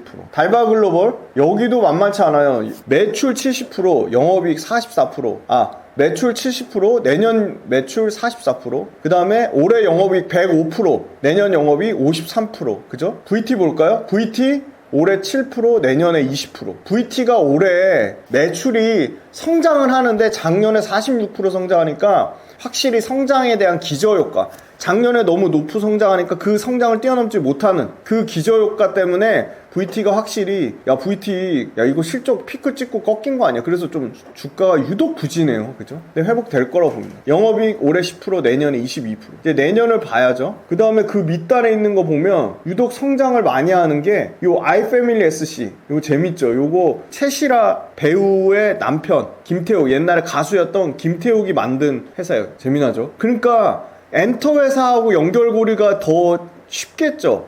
얘네 브랜드가 롬앤이란 브랜드인데요. 롬앤은요 아주 젊은, 말 그대로 진짜 MG보다 더 어린, 무슨 세대라고, 젠지 세대가 쓰는 브랜드입니다. 롬앤이 엄청 핫하고요. 이 롬앤이란 색조가 지금 여기도 말 그대로 보세요. 연간 매출이 약 25%씩 성장하고요. 영업이익도 연간 20%씩 성장을 합니다. 전반적으로 실적이 나쁘지 않고요. 숫자를 조금 더 디테일하게 한번 보면요. APR이 앞자리가 그냥 확 바뀌어요. APR이 지금 영업이익이요. 1200억대에서 3000억대로 커지고요. 내년에 4500억대로 커지고요.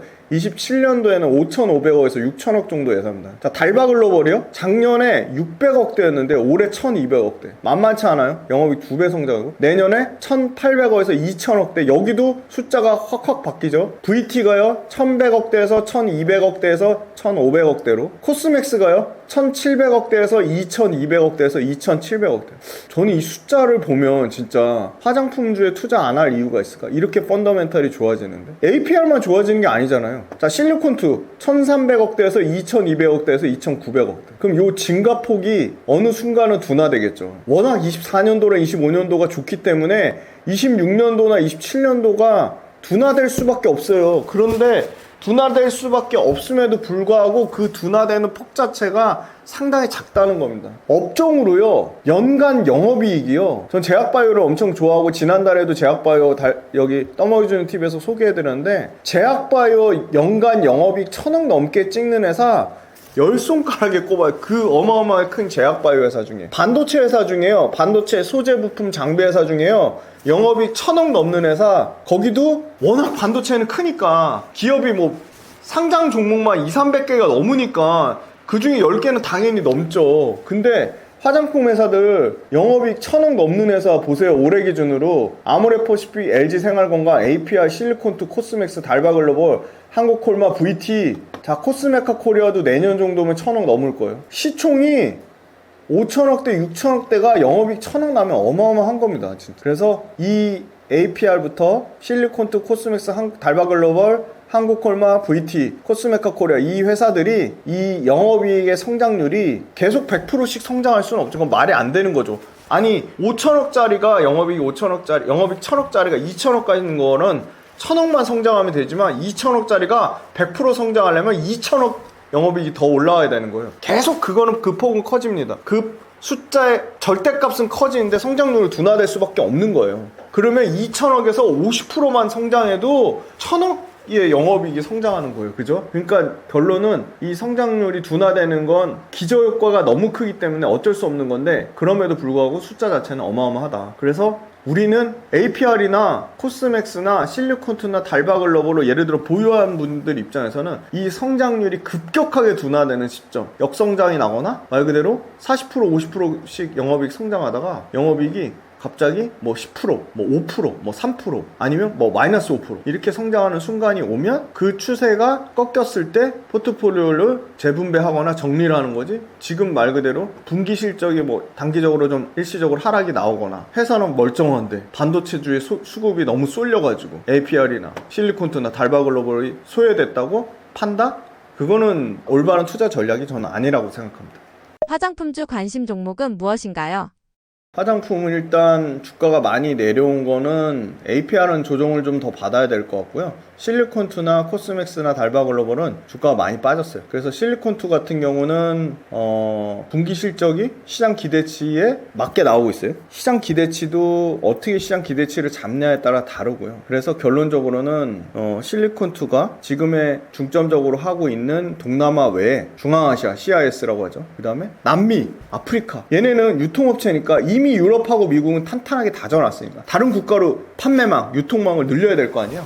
그래서 지금 아프리카, 남미, 중앙아시아, 오세아니아, 호주, 뉴질랜드 쪽으로 빠르게 매출을 증가시키고 있다. 이 매출이 증가하는 거를 잘 이 속도로 유지하면 실리콘투 실적은 안 꺾일 것 같고요. 그 다음에 실리콘투의 탑 브랜드 조선미녀가 있고 그 외에 코스RX가 있는데 조선미녀가 약간 주춤하니까 다른 브랜드인 VT랑 닥터 엘시아가 상당히 선방하고 있어요. VT는 10위권 밖에서 10위권 안으로 진입을 했습니다. 그러니까 다른 브랜드가 빠르게 지금 막 치고 들어오고 있으니까 특정 브랜드에 대한 의존도가 낮아지면 훨씬 더 안전한 거죠. 회사는 박리담의 전략으로 매출 총이익률을 30%대를 유지하고 있어요. 유통회사인데 브랜드를 납품하는 회사도 아니고 물건을 만드는 회사도 아닌데 마진율이 굉장히 좋아요. APR이 유럽에 직진출한다고 해서 약간의 실리콘투의 노이즈가 있었는데 그거는 아마존 중에서도 B2C에 해당되는 거니까 아마존의 B2B는 여전히 실리콘투가 담당하니까 그리고 유럽에서는 실리콘투가 B2B에서 독보적으로 효율성을 그리고 생산성을 검증하고 있기 때문에 실리콘투를 안 끼는 게 오히려 손해라고 보고 있어요. 미국의 인디 브랜드들이 얼타뷰티에 입점하는 거가 실리콘투에 타격을 입을 거라는 우려가 있었는데 그거는 뭐 전혀 사실 무근인 것 같고요. 시장 기대치가 상당히 높았습니다. 실리콘투 실적에 대한. 근데 그런 부분이 너무 좀 과한 측면이 있는 것 같고요. 유럽향 수출은 매달 수출 데이터가 양호하게 나오는 걸로 보고 있고 그다음에 운송기간이 길어지다 보니까 내륙에서 운송기간이 길어지다 보니까 매출 인식되는 게 3개월 차가 4개월, 5개월 차로 늘어지고 있어요. 그래서 그게 아마 3분기에 본격적으로 반영될 것 같아요. 유럽의 재고가 많아져서 재고 자산이 증가했는데 못 파는 게 아니라 아까 말씀드린 운송기간이 길어진 거에 따른 재고 자산 증가이기 때문에 이 부분도 노이즈다. 블랙 프라이데이, 크리스마스, 할로윈, 아마존 프라임데이 다 3, 4분기에 있었죠. 북미의 리테일 쪽으로 외형 확장되면서 유럽 쪽으로 또는 아시아 쪽에서 인도네시아 그리고 중동의 두바이 이게 3분기에 실적이 찍혀요. 그러니까 상당히 3분기에 재고가 빠르게 소진되면서 다시 재고 재확충이 나오고 채권 회전율, 매출 채권 회전율이 개선되니까 아시아 중동 쪽에서 유럽과 북미가 탄탄한데 아시아 중동이 뒷받치는 그런 형태를 나타낼 거로 보고 있습니다. 다만 이제 좋은 점만 있는 건 아니에요. 이제 지금 북미에서 막 APR 자기가 직접 하겠다고 하니까 북미에서 이런 소위 말하는 역성장의 리스크가 있어요. 근데 이게 한 자리냐 그러니까 뭐 8% 9%대냐 15% 17%대냐 요거에 따라서 실적에 영향은 있을 거라고 보는데 지금 추세로 봤을 봤을 때는 20%까지 넘어가진 않을 거라고 보는데 요거는 실리콘투에 조금 더 확인이 필요해 보입니다. 그럼 나머지 국가에서 뒷받침을 해줘야 되는데 지금 아마존 채널 중에 유럽, 특히 독일, 호주, 캐나다, 중동 10개 넘는 국가에 직접적으로 아마존 스토어 브랜드 페이지를 운영하면서 일부만 벤더를 활용하는 달바글로벌 같은 업체들 빼고는 여전히 실리콘투 유통업체를 이용할 수밖에 없다. 그렇게 말씀드리고, 달바글로벌이 전 너무 많이 박살난 것 같아요. 달바는 직접적으로 실리콘투 안 끼고 B2B를 직접 하겠다고 하죠. 그래서 호주, 캐나다, 중동 10개 자기네 자체적으로 브랜드 페이지 운영해서 하겠다는 거예요. 달바는 또 재밌죠. 이 엄청나게 비싼 소재, 이 트러플을 원료로 해서 화장품 만들겠다고 해서 뜬 거잖아요. 달바 승무원이 쓰는 미스트라고 해가지고 떴죠. 근데 여기도 오프라인 확장에 아주 진심인 회사예요. 일본의 오프라인 매장이 이제 연말 되면 아마 4,000개 넘게 들어갈 것 같아요. 현재 2,800개 정도 됩니다. 그리고 일본의 오프라인 매장도 카테고리를 다양하고 있어요. 드럭스토어랑 백화점, 마츠모토 백화점, 그 다음에 우리로 치면 올리브영 같은데, 돈키호테 이런데. 그래서 내년 말 기준으로 하면 일본의 오프라인 매장에 3만 개 정도 들어가려고 하고 있고요. 미국은 이미 얼타뷰티, 그리고 미국의 중소형 일종의 우리로 치면 어디가 될까요? 이마트 안에 노브랜드 이런 거 있잖아요. 거기 아마 타겟이거든요. 타겟, 코스트코 이런데 장기 공급 계약을 맺고 있습니다. 이제 스타트 끊었습니다. 캐나다, 인도, 호주, 동유럽 리테일, 오프라인 리테일의 채널 입점 진행 중에 있습니다. 캐나다는 캐나다 코스트코 올해 4분기부터 매출 찍힐 것으로 보이고요. 캐나다의 또 다른 오프라인 매장이 홀트램프와도 협의를 하고 있습니다. 유럽은 먼저 컨택이 오고 있어요. 달바글로벌한테. 스페인, 프랑스, 독일, 폴란드, 그리고 중동의 이스라엘 중에 슈퍼팜이 일종의 드럭스토어 비슷한 거예요. 그리고 여기도 입점 협의가 있다. 그리고 유럽 하면 대표적으로 세포라가 있죠. 세포라가 지금 입점 벤더 제한 협의 중에 있고, 스페인, 독일이 큰 비중을 차지하고 있는데 이태리, 폴란드 같은 유럽 국가로 확장이 일어나고 있다. 여긴 러시아도 상당히 공략하고 있는데요. 러시아 탑3 중에 하나가 골드애플인데요. 골드애플에 지금 집중 공략하고 있습니다. 지금.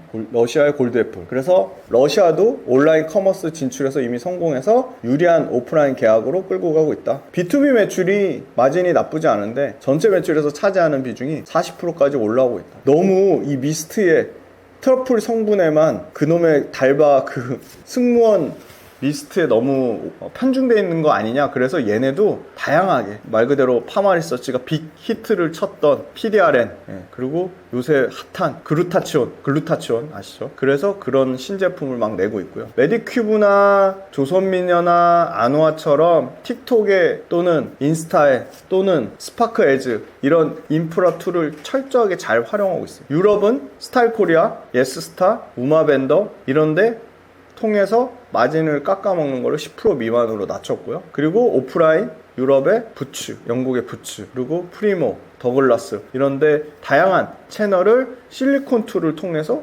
들어가려고 하고 있어요. 달바글로벌이 마치 실리콘투랑 관계를 다 끄는 것처럼 보이지만 전혀 그런 상황은 아니고요. 로컬 벤더로 활용해서 독일 쪽에는 일부 직접적으로 진출하려고 하고 있고요. 여기도 이 상장한 지 얼마 안 돼서 보호예수 물량에 대한 여러 가지 노이즈가 있었는데, 이 공동보유 협약한 4대 VC 중에 일부 물량 나온 거 빼고 15%가 있는데 이 중에 7%가 3개월 뒤에 락업 해제돼서 판매가 가능한데 안 팔고 있어요. 팔 이유가 없으니까. 그리고 남은 8%가 락업 풀리는 게 11월 22일인데 만약에 락업 풀려가지고 그때 주가가 박살난다? 11월 22일이면 한 달하고도 한 열흘 정도 남았죠. 그럼 오히려 더 싸게 살 수 있는 좀 좋은 기회라고 보고 있습니다. 그리고 얘네도 신제품을 꾸준히 냅니다. 비타라인, 5종, 토너, 그리고 세럼, 에센스 크림, 그리고 기초 크림, 그러면서 다양한 제품 포트폴리오를 다각하면서 이거를 신규로 마케팅하려고 하고 있어요. 달바 시그니처 라인을 하이엔드 포지션에 맞춰서 똑같은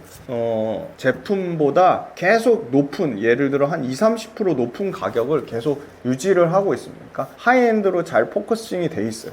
그래서 미스트나 선크림이 70% 너무 단일 의존도 비중이 컸는데, 결론적으로는 얘네도 토닝이나 크림이나 세럼이나 마스크팩이나 예를 들어 아이크림이나 이런 쪽으로 시그니처 라인을 더 확장하고 있다. 그래서 달바 글로벌 3분기에 또 살짝 실적이 미스가 날 수도 있고 11월 22일 날 락업 물량이 해제되면서 물량이 쏟아져 나올 수도 있고 아닐 수도 있어요. 그러면 그때 또 좋은 기회가 되지 않을까. 중요한 건 APR만 올라가고 실리콘2나 달바 글로벌이 완전 동떨어지게 똑같이 화장품 업황이 다 좋은데 APR만 좋고 실리콘2나 코스맥스나 달바 글로벌은 계속 주가가 박살났나? 그거는 상식적으로 시장에 그렇게 펀더멘탈이 좋은 회사를 놔두진 않을 것이다. 저는 그렇게 보고 있습니다. 화장품주 수급 현황은 어떤가요? 그럼 화장품주가 그럼 왜 이렇게 부진했냐? APR만 버텼잖아요. 그럼 여기 수급에 나와요. 외국인은 여전히 APR은 계속 사고 있어요. 기관도 마찬가지입니다. 근데 긍정적인 거는 기관 중에 요 연기금하고 사모펀드, 중장기 물량, 투신 여기 사고 있어요. 그러니까 아무래도 APR을 크게 던지는 사람이 없으니까 요 개인 투자자를 팔고 있죠. 저는 이거 스마트하다고 봅니다. 개인 투자자 만약에 저가에 들어왔으면 팔만 하죠. 50% 100% 이상 수익 났는데, 그죠? 자, APR이 그렇고요. 그 다음에 철저하게 좀 많이 좀 차별화는 됩니다. 달바 글로벌은 최근에 다시 외국인이 사고 있습니다. 잘하는 펀드 매니저가 있는 자산운용사가 어떤 종목을 신규로 매입하는지 보세요. 가치 투자자로 국내 거의 탑2 달리는 VIP 자산운용에서 최근에 달바 글로벌 5% 넘었다고 지분 신고를 했습니다. 그러면 지금 시점에 달바 글로벌이 업황이 나쁘거나 숫자가 나쁘면 VIP 자산운용이 달바 글로벌을 살까요? 그죠? 재밌죠? 기관 쪽에서 수급이 이렇게 좋지 않아요? 외국인 좀 사고 있고요. 확실히 APR하고 달라요. 그러니까 화장품주가 APR만 좋다 보니까 주목을 못 받는 겁니다. 모든 화장품주로 투자한 사람이 APR만 샀으면 좋겠는데 그건 아니니까. 자, 코스맥스 볼게요. 코스맥스는 화장품을 위탁 개발 생산하는 업체. 근데 개인만 사네요? 안 올라요, 주가가. 외국인 기관 팔고 있어요. 근데 보세요. 달바 글로벌도 마찬가지고 코스맥스도 마찬가지고 야, 중국인이 무비자로 입국한데 중국인 화장품을 한 사람당 2-30만 원씩 사간대. 그게 실적이 3분기에 반영됐대. 실적 역대가 어닝 서프라이즈 나왔대. 야, APR만 어닝 서프라이즈 나온 줄 알았더니 실리콘2 코스맥스 다 어닝 서프라이즈 나왔대. 그러면 화장품주 안 올라갈까? 저는 올라갈 것 같은데. 추측입니다. 아직 실적 안 나왔으면. 실적 나오면 제가 떠먹이준 TV에서 또 업데이트 해드릴 거예요. 자, 실리콘2입니다. 다르죠? 기관이 지금 미친듯이 사고 있습니다. 주가 많이 빠지니까 기관이 매수가 들어와요. 외국인이든 기관이든 어디 한쪽이든 매수세가 들어오면 굉장히 눈여겨보셔야 됩니다. 저는 그 중에 한 가지를 딱 고르라면 둘 다 중요한데 외국인 수급이 좀 더 중요해요. 개인 투자자는 외국인 투자자를 따라하면 실패할 확률이 낮습니다. 어제자예요. 기사가 났습니다. 외국인이 샀던 상위 10개 종목의 평균 수익률이요. 10개. 한 종목이 아니고 10개인데 147.4%가 수익률 났어요. 개인이 많이 산 거 10개. 평균 수익률 37.4%. 수익률 차이 4배. 연말에 또 나올 거예요. 더 벌어질 수도 있어요. 개인이 열심히 삼성전자 하이닉스 파는 걸 외국인이 다 받아갔어요. 자, 그러면 여기서도 이 기관이 실리콘2 버티다 못해 개인이 열심히 판 걸 기관이 받아갑니다. 그럼 개인이 승자일까요? 기관이 승자일까요? 한번 지켜보면 이제 알 수 있겠죠? 자, VT.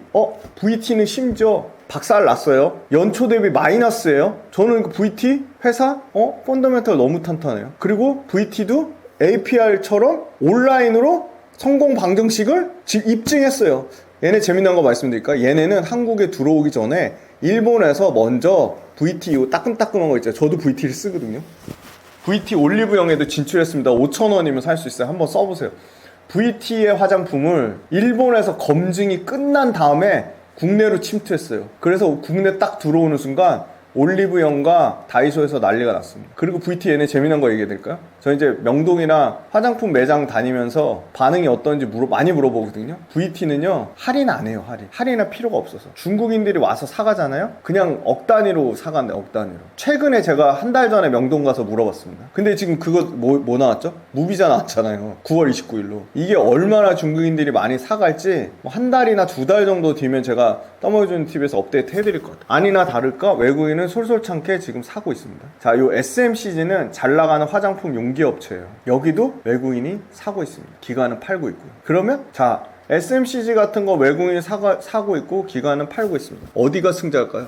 저는 외국인이 승자가 될 것 같아요. 이렇게 보시면 수급도 화장품도 카테고리별로 나눠서 보세요. 여기 없던 브랜드들 많죠. 클리오도 있어요. 색조. 아까 색조가 기초보다 성장률이 훨씬 높았어요. 색조만 전문 위탁 생산하는 업체도 있어요. 코스메카 코리아. 그러면 여기는 안 다뤘지만 또 여러분들이 가서 색조가 강하다는데 기초보다 색조가 성장률이 더 잘 나온다는데 코스메카 코리아 수급은 어떻지? 한번 요 화면 있잖아요. 지금 화면 번호까지 다 나오잖아요. 띄워주시는 거예요. 보시는 거예요. 그리고 코스메카 코리아는 어떻지? 색조는 어떻지? 요새 코스맥스 한국콜마 말고 또 잘 나가는 화장품 업체들 없을까? 화장품 용기 만드는 회사 중에 펌텍 코리아가 있네? 펌텍 코리아 수급은 어떤지 보시는 거예요. 그럼 화장품은 브랜드사가 있고 유통사가 있고 또 용기 만드는 회사가 있고 위탁 생산하는 ODM 업체가 있으니까 다 따로따로 보셔야 돼요. 화장품 업체가 조금만 업황이 또 좋아지면 지금 빅 대여급 IPO가 하나 또 대기하고 있죠. 구다이 글로벌. 구다이 글로벌도 제가 봤을 때 시장에 나올 것 같아요. 화장품 업체들이 탄탄하니까 소위 말하는 선수들 중에 선수들, 사모펀드, 프라이빗 에쿼티가 이 화장품 업체들 인수하려고 하고 있어요. 프라이빗 에쿼티가 피부 미용 회사들 싹쓸이 해가지고 상장 폐지시키잖아요. 저는 그 물망에 동일선상에 올려놓을 충분히 가치가 있는 회사들이 이 화장품 회사들이라고 보고 있습니다. 화장품 회사들 신규로 IPO 기업 공개 앞으로 또 많이 나올 겁니다. 화장품주 업황 및 밸류에이션 현황은 어떤가요? 네, 아까 말씀드렸듯이 업황은 매달 수출 데이터가 잘 성장을 하고 있고 연평균 30에서 40% 성장이 나온다는 거고요. 성분과 기능성을 강조한 K뷰티의 가성비가 글로벌로 잘 부각되고 있습니다. 서플라이 체인이 잘 분산되어 있죠. 위탁 생산하는 거, 유통사, 그리고 브랜드, 심지어 용기까지 잘 나눠져 있고요. K뷰티 전문 유통사가 안정적인 제품 공급에 병목 현상 없이 잘 공급을 하고 있다. 업종의 투자 매력도는 상당히 높고요. K뷰티는 글로벌 시장에서 정점을 찍은 게 아니라 피크아웃이 아니라 정점을 찍기 위해 막 달려가고 있다. 미친 듯이 성장하고 있다. 예를 들어 K뷰티 수출액이 화장품 전체 기준으로 보면 글로벌 시장에서 차지하는 침투율은 3% 정도밖에 안 된다. 아직도 저는 K뷰티가 색조 시장에서 글로벌 색조 시장에서 약 15에서 20%까지 성장할 룸은 있다. 왜냐하면 이미 미국 시장에서 세계 최대 미국 시장에서 24.8% 역대급 시장 점유율을 증명했기 때문입니다. 뷰티 카테고리 순위를 점령한 K뷰티 브랜드가 울타뷰티와 세포라, 메이저 소위 말하는 오프라인 매장에서 침투가 본격화되는 시점에 있다. 아직 미국 소비자 대상으로만 브랜딩을 해왔다면 유럽과 동남아시아, 중동이 있었네요. 중동 굉장히 크죠. 인디 브랜드의 확장성, 그리고 그 인디 브랜드를 뒷받침해주는 ODM 업체들의 확장성, 이런 어떻게 보면 미국과 동일한 사이즈만큼 큰 유럽 시장 너무나 쟁쟁한 프랑스 업체들, 그죠? 로레알은 너무 커서 발빠르게 인디 브랜드로 대응을 못해요. 그 치명적인 약점이죠. 회사를 막 쪼개면 모를까? 이런 어떤 그 제약 또는 구조적인 어떤 한계, 그거를 우리나라 잘 침투하고 있다. 그 성장을 증명하고 있다. 그 다음에 중동 지역 침투율은 1%도 안 되니까 여기는 뭐 K뷰티가 말 그대로 작정하고 중동 지역을 마케팅을 하면 뭐 말 그대로 10배 이상 성장할 수 있는 시장이지 않을까 그렇게 보고요. 그리고 화장품 업체들의 이제 밸류에이션을 좀 보면, 그죠? 밸류에이션 한번 볼게요. 대략 화장품 업체들 밸류에이션이 19배 정도 됩니다. 올해 기준. 그리고 내년 기준으로 보면 14배까지 떨어져요. 아니, 코스피 지수 평균이 15배인데, 아니, 코스피 지수 평균값보다 훨씬 화장품이 더 성장하는데, 밸류에이션 프리미엄 줘야죠. 저는 프리미엄 주는 게 맞는 것 같아요. 딱 평균 정도 수준은 아직도 화장품이 제대로 된 밸류에이션을 못 받는다. 그러니까 저평가돼 있다. 그죠?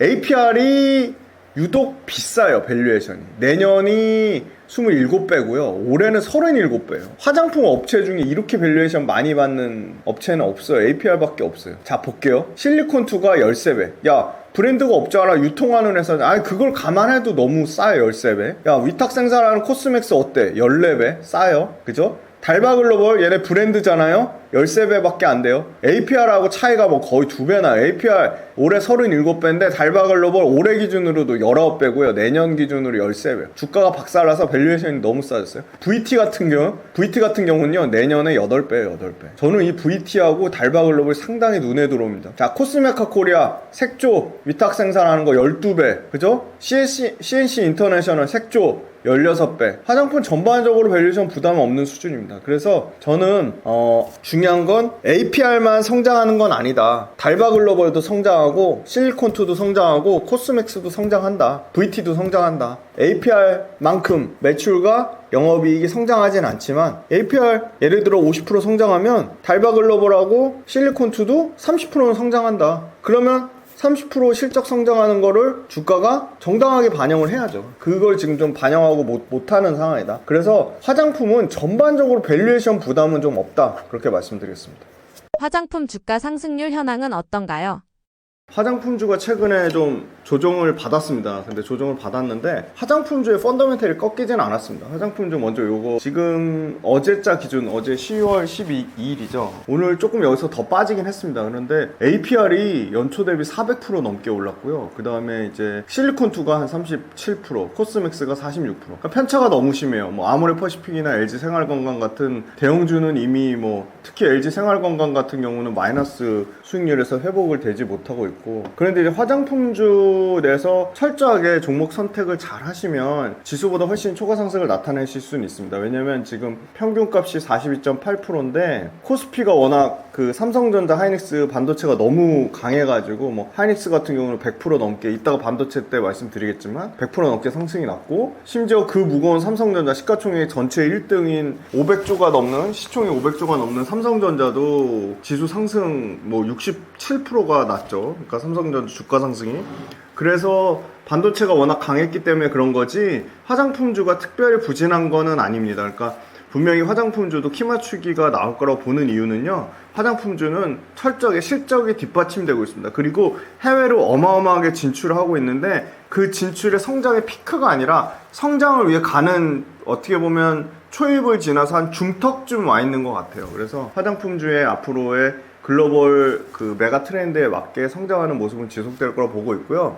여러 가지 통계가 있습니다. 화장품주가 최근에 미국에서 프랑스와 중국을 제치고 이미 1등에 돌입을 했고요. 미국 시장에서 우리나라 화장품이 어마어마합니다. 지금 시장 점유율 24.8%, 24.8% 압도적인 1등을 차지하고 있습니다. 네, 대단하죠? 근데 화장품주가 보시면 매달 수출 데이터가 나와요. 매달 수출 데이터가 나오는데 화장품주가 지금 프랑스하고 중국을 제치고, 프랑스는 항상 미국 내에서 1등을 차지했거든요. 근데 미국이 인구로는 뭐 중국이 더 인구가 많고 인도가 더 인구가 많죠. 뭐 유럽도 유럽 연합으로 합치면 미국하고 뭐 비등비등한 인구가 되는데, 소비 규모로는요, 그리고 소비 투자, 그러니까 소비 금액, 쓰는 금액이랑요, 소비 전체 규모로는 미국이 세계에서 1등입니다. 1등. 그러니까 미국에서 1등 한다는 거는 세계에서 1등 한다고 볼 수 있고요. 생각보다 여러분, 일본이 되게 큰 화장품의 소비국입니다. 일본이 중국하고 거의 비등비등해요. 2, 3등 왔다 갔다 해요. 근데 우리나라가 미국에서도 1등을 찍었고 일본에서도 1등 찍었습니다. 둘 다 1등 찍었어요.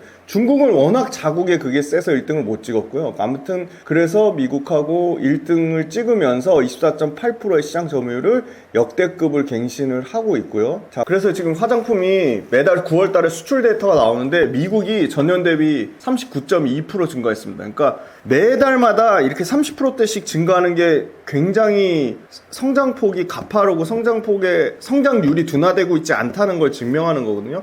물론 8월달하고 7월달에 화장품이 뭐 피크아웃 우려가 아니냐, 또 뭐 성장률이 급격하게 둔화되는 거 아니냐 그랬는데 약간 일시적인 노이즈로 보이고요. 전반적인 추세는 잘 증가하고 있다는 겁니다. 중국 역시도 이제 우리나라 아마 무비자 면제 9월 29일 날 딱 실행이 됐죠. 그래서 아마 중국인들이 의료관광이랑 화장품 어마어마하게 사갈 것으로 예상이 됩니다. 그래서 일단 그거 나오기 전이에요. 이게 9월달까지 데이터가 전년 대비 16% 감소했는데 이거 바뀔 것 같아요. 플러스로. 그 다음에 이제 동남아가 여전히 30%대 증가를 나타내고 있고요. 대표적으로 어디가 있죠? 태국, 인도네시아, 말레이시아, 싱가포르, 그죠? 다양한 그 동남아시아 국가들에서 꾸준히 연평균 30% 성장이 나오고 있고요. 일본이 조금 부진했어요. 일본이 5.4%입니다. 일본도 연평균 20%씩 성장이 나오다가 9월 달에 조금 부진했는데 요것도 좀 일시적인 요인이라고 보고 있고요. 재미난 건 폴란드가 유럽 중에 57%나 성장이 나오고 있습니다. 폴란드뿐만이 아니고요. 여기 데이터에는 없는데 네덜란드하고 독일도 한 40%대 성장이 나오고 있습니다. 굉장하죠? 그 다음에 또 재미난 게 동남아랑 따로 분류했는데 홍콩하고 대만,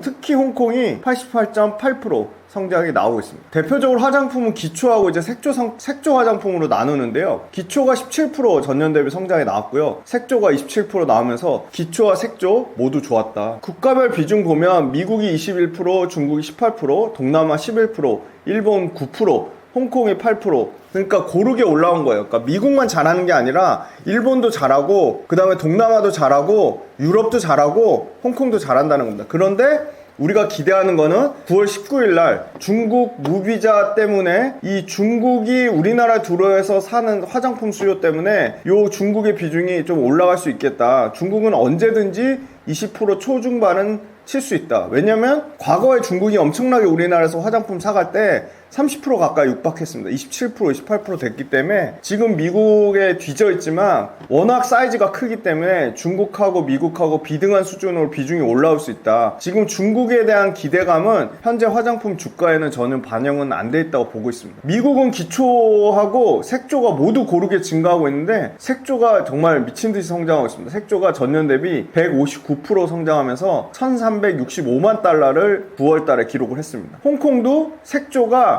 487%, 물론 요 절대 금액 자체가 미국의 절반밖에 안 되지만 어마어마하게 성장을 하고 있다는 거고요. 일본 마찬가지입니다. 일본도 기초는 오히려 0.2% 전년 대비 소폭 감소했는데 색조가 44%말 그대로 폭풍 성장을 하고 있고요. 폴란드는 기초하고 색조 모두 70% 넘게 성장을 하고 있습니다. 우리는 계속 미국하고 딱 3대 미국, 일본, 중국을 계속 잘 봐야 되는데요. 물론 동남아나 유럽은 아직 전체 포지션에서 차지하는 비중 자체가 작기 때문에 어느 정도 최소한 비중 단에서 10% 이상 올라와야 돼요. 충분히 올라올 거라 보고 있고요. 일단 미국 수출이 역대급으로 2억 달러를 갱신하면서 역대급 수출 금액을 경신을 했습니다. 그게 고르게 기초와 색조에서 성장이 나왔다. 색조 카테고리가 고성장을 보인 거는 기존의 기초 카테고리가 안정적으로 미국 시장 내 온라인과 오프라인을 잘 다져놓고 거기에 색조가 들어가기 시작한 겁니다. 그러니까 카테고리 확장성 측면으로 보면 색조가 더 마진이 좋다기보다는 기초와 색조가 고르게 성장하는 거, 그러니까 카테고리 확장성에 대해서 상당히 우리는 화장품주에 주목을 해볼 수 있겠다. 그 다음에 두 번째, 국가가 다변화되고 있다. 기존에 중국 중심이었다면 과거에는 중국이 30% 넘었습니다. 중국은 20% 미만으로 급격하게 줄어들고 오히려 미국과 동남아시아와 유럽과 홍콩, 대만 이런 쪽으로 굉장히 캐파가 늘어나고 있다. 아직 무궁무진하게 진출하지 않은 나라들이 있습니다. 말 그대로 뭐 아프리카가 될 수도 있겠고요. 그죠? 다양한 동남아시아 중에서도 아세아니아 지역이 있죠. 호주, 뉴질랜드 이런 쪽도 충분히 가능성이 있다고 보고 있습니다. 상대적으로 중장기적으로 화장품 업종의 펀더멘탈이 깨진 상황은 아니라고 보고 있습니다. 물론 지수가 너무 APR에 편중된 측면이 있어요. 그리고 수급이 반도체로 쏠리다 보니까 화장품주가 철저하게 소외된 측면이 있습니다. 그런데 화장품주의 펀더멘탈은 매달 수출 데이터가 증명하듯이 굳건하게 받치고 있다. 그 다음에 세 번째는 화장품 업체들의 재미난 일종의 판매 전략에 대해서 저희가 같이 한번 살펴보겠습니다. 화장품주는 미국 내 어떻게 가속 성장을 했냐, 일본 내 어떻게 가속 성장했냐 궁금하시잖아요. 지난 1년 동안 미국 아마존의 뷰티 고객이 약 2억 명 가까이 됩니다. 그 중에 K뷰티를 한 번이라도 써봤던 고객은 2천만 명으로 추산이 돼요. 이미 아마존에 진입하자마자 시장 점유율이 10%까지 올라간 거예요. 그리고 이번에 아마존의 2025년도에 탑100, 아마존의 탑100 내에 APR의 메디큐브라는 화장품 브랜드만 10개가 진입했어요. APR 하나만. 그래서 인터넷에 요거 한번 찾아보세요. 재밌어요. 아마존이 단독으로 APR의 회사를 유튜브에 뭐라고 하죠? 아마존 내 핵심 우량 고객으로 APR 영상을 만들었어요. 아마존 내 요번에 가장 아마존의 성과를 빛낸 K뷰티 업체 해가지고 냈어요. 그러니까 그만큼 단일 브랜드가 아마존이라는 미국의 가장 핵심 온라인 메가, 그냥 플랫폼이 아니죠. 완전 이건 메가 플랫폼이죠. 메가 플랫폼에서 성과를 내요. 그죠? 온라인에서 완전히 성공해서 인지도를 쌓아요. 그래서 온라인에서 성공한 걸 바탕으로 오프라인에 진출을 합니다. 앞다퉈서 이미 온라인에서 검증이 끝나니까 메디큐브 서로 미국의 코스트코, 월마트, 울타뷰티, 심지어 울타뷰티는 K 화장품이 먹여 살린다고 할 정도로 이미 메디큐브 들어가기 전에 비상장사, 상장사인지 조선미녀, 아누아, 그죠? 뭐 독도크림, 그리고 달바글로벌, VT, 어마어마한 화장품 회사들 뭐 클리오, 그죠? 이름만 대면 우리나라 대표적인 브랜드 업체들이 이미 울타뷰티에 들어가서 연평균 30%씩 성장을 하고 있습니다. 근데 APR의 메디큐브가 아마존에서, 그것도 온라인에서 인지도를 확실하게 쌓고 완벽하게 성공한 다음에 딱 넘어갔어요. 어디로? 오프라인으로 넘어갔습니다. 코스트코나 월마트나 타겟이나 울타뷰티를 넘어갔습니다. 지금 아마존에서 탑백 안에 메디큐브만 10개가 들어갔지만 실제 국내 모든 브랜드사가 포함하면 20개가 넘습니다. 아마 30개에 육박할 거로 보고 있고요. 그 다음에 두 번째는 기존에 편중되어 있던 제품이 메이크업, 홈뷰티 디바이스, 또 헤어케어, 그리고 또 이너뷰티, 이런 다양한 새로운 카테고리에 진입을 하고 있어요. 그리고 K뷰티 전용 스토어가 아마존에 생기고 있습니다. 울타뷰티에 K뷰티존이 따로 생기고 있어요. 굉장히 유사하게 미국에서 성공한 모델을 그대로 유럽에서 적용이 가능하다고 보고 있어요. 결이 비슷하기 때문입니다. 그러니까 바로 방금 말씀드렸지만 미국에서 성공 사례? 그럼 유럽의 다양한 오프라인 플랫폼이 있죠. 울타뷰티 같은 영국의 부츠가 있죠. 세포라가 있죠. 이런 데서 앞다퉈서 우리도 메디큐브, 독도크림, 우리나라만 올리브영이 있는 게 아니라 우리나라 미국판 올리브영, 영국판 올리브영, 독일판 올리브영 세고 셌습니다. 그런 업체들이 국내 화장품을 앞다퉈 사가고 있다. 소비자의 니즈에 맞춘 빠른 제품 대응력이 어마어마하게 효과를 보고 있다는 겁니다. 그럼 K뷰티는 유럽에서 숫자로 증명하고 있을까? 한번 반문해보면 K뷰티의 스킨케어의 성장률은 독일에서는 40%에 육박하고요. 프랑스는 24%에 육박합니다. 이게 유럽에서 정점 찍고 꺾이는 게 아니고 정점을 향해 가고 있는 과정 중입니다. 왜냐하면 독일이나 영국이나 미국은 이미 24%의 어마어마한 시장 침투를 차지하고 있지만 독일과 영국, 독일과 프랑스, 이태리, 유럽의 쟁쟁한 국가에, 심지어 유럽은 어마어마하게 로레알이니, 그죠? 그 다음에 뭐 시쉐이도니, 프랑스 브랜드와 일본 브랜드, 막강한 브랜드가 자리 잡고 있는데 거기를 비집고 들어간 겁니다. 그래서 아까 말씀드린 독일에서 40%의 성장, 프랑스에서 25%의 성장, 영국에서 42%의 성장, 이탈리아 108% 성장, 평균 성장률 30%가 넘어요. 여기도 철저하게 미국의 전략을 잘 벤치마킹해서 유럽에 그대로 적용했습니다. 온라인에서 성공을 해서 그 온라인 성공 모델을 오프라인으로 가져간 겁니다. 그럼 이 K뷰티를 이끌고 있는 APR, 이따가 또 다른 기업들 소개해드릴 거예요. APR의 김병훈 대표가 메디큐브의 브랜드 철학은 비가역성을 강조했습니다. 제품도 너무 중요해요. 제품의 퀄리티도 너무 중요해요. 그런데 제품의 퀄리티보다 APR이 진짜 잘하는 거는 소비자한테 철저하게 포커스를 맞췄다는 겁니다. 브랜드 철학이 비가역성이라서 무슨 말이냐면 메디큐브를 한 번이라도 사용한 소비자가 다시 이전으로 돌아갈 수 없게 만든다는 겁니다. 대단하죠? 소비자한테 올인하겠다는 겁니다. 말 그대로 소비자하고의 싱크를 강조했습니다. 소비자하고 하나가 되겠다. 얘네 얼마나 대단하면 독하냐면 그 아마존 그 다큐멘터리 꼭 한번 보세요. 메디큐브 나온 거. 잘 될 수밖에 없겠다는 생각이 듭니다. 리뷰가 딱 달리잖아요. 메디큐브 제품의 리뷰가 달리잖아요. 아마존에서 써본 사람들 리뷰 달 거잖아요. 어떤 리뷰가 가장 베스트 댓글이 달지 미리 예측해서 APR에서 특정 콘텐츠에 특정 댓글이 가장 베스트 댓글이 달 거를 딱 예측을 한다는 겁니다. 그 말은 소비자가 APR 제품에 대해서 어떻게 생각하는지 정확하고 완벽하게 그 니즈를 딱 파악한다는 겁니다. 이렇게까지 디테일하게 분석하는 화장품 업체 글로벌로 그렇게 완전 공룡 기업이 된 로레알이나 시쉐이도나 뭐 일본 화장품 회사들이 이렇게 할까요? 저는 그렇게까지 안 할 것 같아요. 그렇게 소비자 하나하나 신경 쓰지 않을 것 같아요. 그리고 아마존을 김병훈 대표가 현대판 실크로드라고 하면서 우리는 아마존을 타겟으로 하지만 아마존으로 미국, 유럽, 남미, 일본, 중동 다 잡겠다. 전 세계를 연결하는 플랫폼으로 활용하겠다. 이미 미국의 50%가 넘을걸요. 아마 거의 60-70%는 아마존 프라임 회원이에요. 그러니까 아마존에 진출하는 고객이 결국은 폭발적으로 글로벌로 진출한다는 겁니다. 그래서 아까 프랑스에서 어떻고 독일에서 어떻고 영국에서 어떻고 우리나라 브랜드가 스킨케어만 있었는데 홈뷰티 디바이스, 색조, 그죠? 마스크팩, 헤어케어, 이너뷰티 이렇게 말 그대로 카테고리가 엄청나게 다양해진다.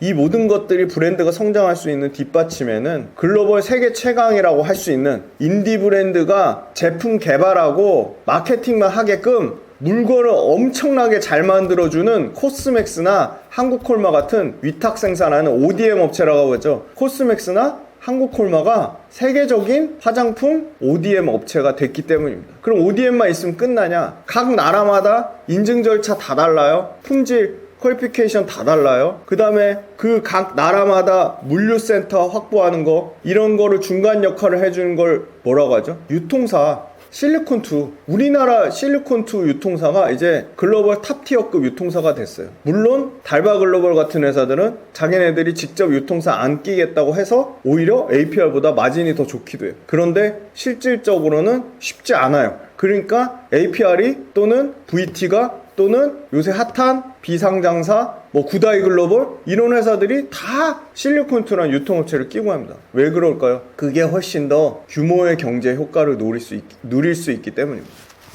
그러니까 우리는 삼박자가 딱딱 다 맞아 떨어집니다.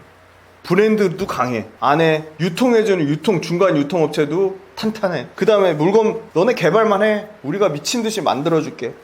생산하는 업체, 위탁 생산하는 한국콜마 같은 전문 위탁 생산하는 업체들. 심지어 화장품 용기 따내. 용기도 막 기발해요. 그냥 튜브 타입만 하는 게 아니라 글로벌 국가들이 빠르게 트렌드에 적용하지 못하는 화장품 용기도 생산합니다. 연우, SMCG, 그죠? 펌텍코리아. 이런 화장품의 풀 밸류체인이 다 잘 돼 있는 거예요. 그러니까 트렌드에 굉장히 빠르게 대응하고 인디 브랜드가 마케팅과 개발에만 전념할 수 있도록 위탁 생산하는 제조업이 너무 탄탄한 거예요. 이렇게 풀 밸류체인이 잘 돼 있는 국가가 저는 예를 들어 프랑스가 브랜드는 개발은 잘하는데 위탁 생산하는 게 약하다든지 일본도 브랜드력은 있는데 중간 유통업체가 유기적으로 연결이 안 된다든지 그런 측면이 있으니까 기존에 1등이었던 일본이나 중국이 계속 뺏겼죠. 아까 미국에서 우리나라 1등이라고 말씀드렸지만 일본에서도 거의 18%에서 20% 왔다 갔다 하는데 일본에서도 우리나라 화장품 1등을 차지하고 있습니다. 1등을. 그럼 일본에 가면 돈키호테라는 오프라인 우리로 치면 올리브영이 매장이 있어요. 거기 가장 눈에 보기 좋은 매대에 전용 K 화장품 라인이 있어요. 그럼 거기에 APR에 메디큐브도 있고요. VT에 리들샵도 있고요. 우리나라 색조 화장품 클리오도 있고요. 그렇게 잘 돼 있습니다. 그래서 화장품은 최근에 너무 반도체의 쏠림 현상이 있다 보니까 상대적으로 소외됐지만 저는 이 APR 400%가 증명하고 있어요. 화장품이 숫자가 뒷받침되면 실적이 나오면 철저하게 모멘텀에서 소외됐지만 매달 나오는 수출 데이터가 꺾이지 않는 한 저는 오히려 화장품이 어떻게 보면 굉장히 투자하기가 아주 극단적으로 제가 한번 예를 들어볼게요. 방산 있잖아요. 방산 막 신고가가 어마어마하잖아요. 방산 저는 조정받을 줄 알았는데 안 깨졌어요. 그런데 방산 무기 계약하는 거 정부 대 정부잖아요. G2G잖아요. 그걸 파악하는 게 너무 어려워요. 근데 화장품 너무 심플해요. 매달 수출 데이터 나와요. 심지어 어느 지역도 알 수 있어요. 매달 지역별 수출 데이터 카테고리도 나눠져요. 색조, 기초. 그러면 저 같으면 훨씬 더 숫자를 밀접하게 그리고 우리나라 화장품 업체들이 글로벌로 진출했는데 글로벌 진출해서 이제 미국은 역대급을 찍었죠. 24.8%까지 찍었으니까. 그럼 나머지 국가들 있잖아요. 유럽이랑 일본이랑 중국 역대급 못 찍었어요. 역대급 찍으려고 정말 말 그대로 폭풍 성장하고 있어요. 그 찍는 과정 중에 있는 이런 그 화장품 업체들의 성장성을 보고 주가가 오히려 이렇게 조정이 나오면 포트폴리오에서 내가 숫자를 더 꼼꼼하고 디테일하게 확인할 수 있으면서 그리고 투명하게 매달 수출 데이터가 나오면서 그리고 화장품 업체들이 아직 업황으로는 말 그대로 정점 찍고 꺾인 상황이 아니라 정점을 향해 달려가고 있는 상황인데 사람들이 관심이 없다고 해서 수급이라는 건 언제든지 변하거든요. 외국인 기관이 주구장창 계속 반도체랑 방산, 전력기기만 살 것 같지만 또 그렇지 않거든요. 수급은 언제든 변합니다. 그래서 저는 화장품이 펀더멘탈이 아직 굳건하다 그렇게 보고 있기 때문에 화장품주는 선별해서 충분히 관심을 가져볼 필요가 있다고 보고 있고요. APR이 고점 영역에 있어요. 최고점에서 20%밖에 안 빠졌어요. 신고가 영역에 있고, 실리콘2랑 코스맥스랑 달바글로벌이랑 40%밖에 수익률이 안 나고 있죠. 심지어 VT는 28% 마이너스예요. 이런 회사들 언제든지 외국인이나 기관 수급이 붙는 순간 이 APR하고 수익률 격차는 줄어드는 게 맞다고 봅니다. 왜냐하면 실적은 APR만 좋은 게 아니라 실리콘2, 코스맥스, 달바글로벌, VT, 한국콜마 모두 역대급 최대 실적을 분기별로 갱신할 거로 보고 있고요. 그 실적이 꺾이는 시점은 최소한 올해보다는 내년보다는 내후년까지는 좋은 실적을 유지할 것으로 보고 있습니다. 그래서 화장품주 단순히 이 숫자, 그러니까 피크아웃 논란이 나오네, 외국인 기관이 팔았네, 이렇게 어떻게 보면 너무 단편적으로 생각하지 않으셨으면 좋겠어요.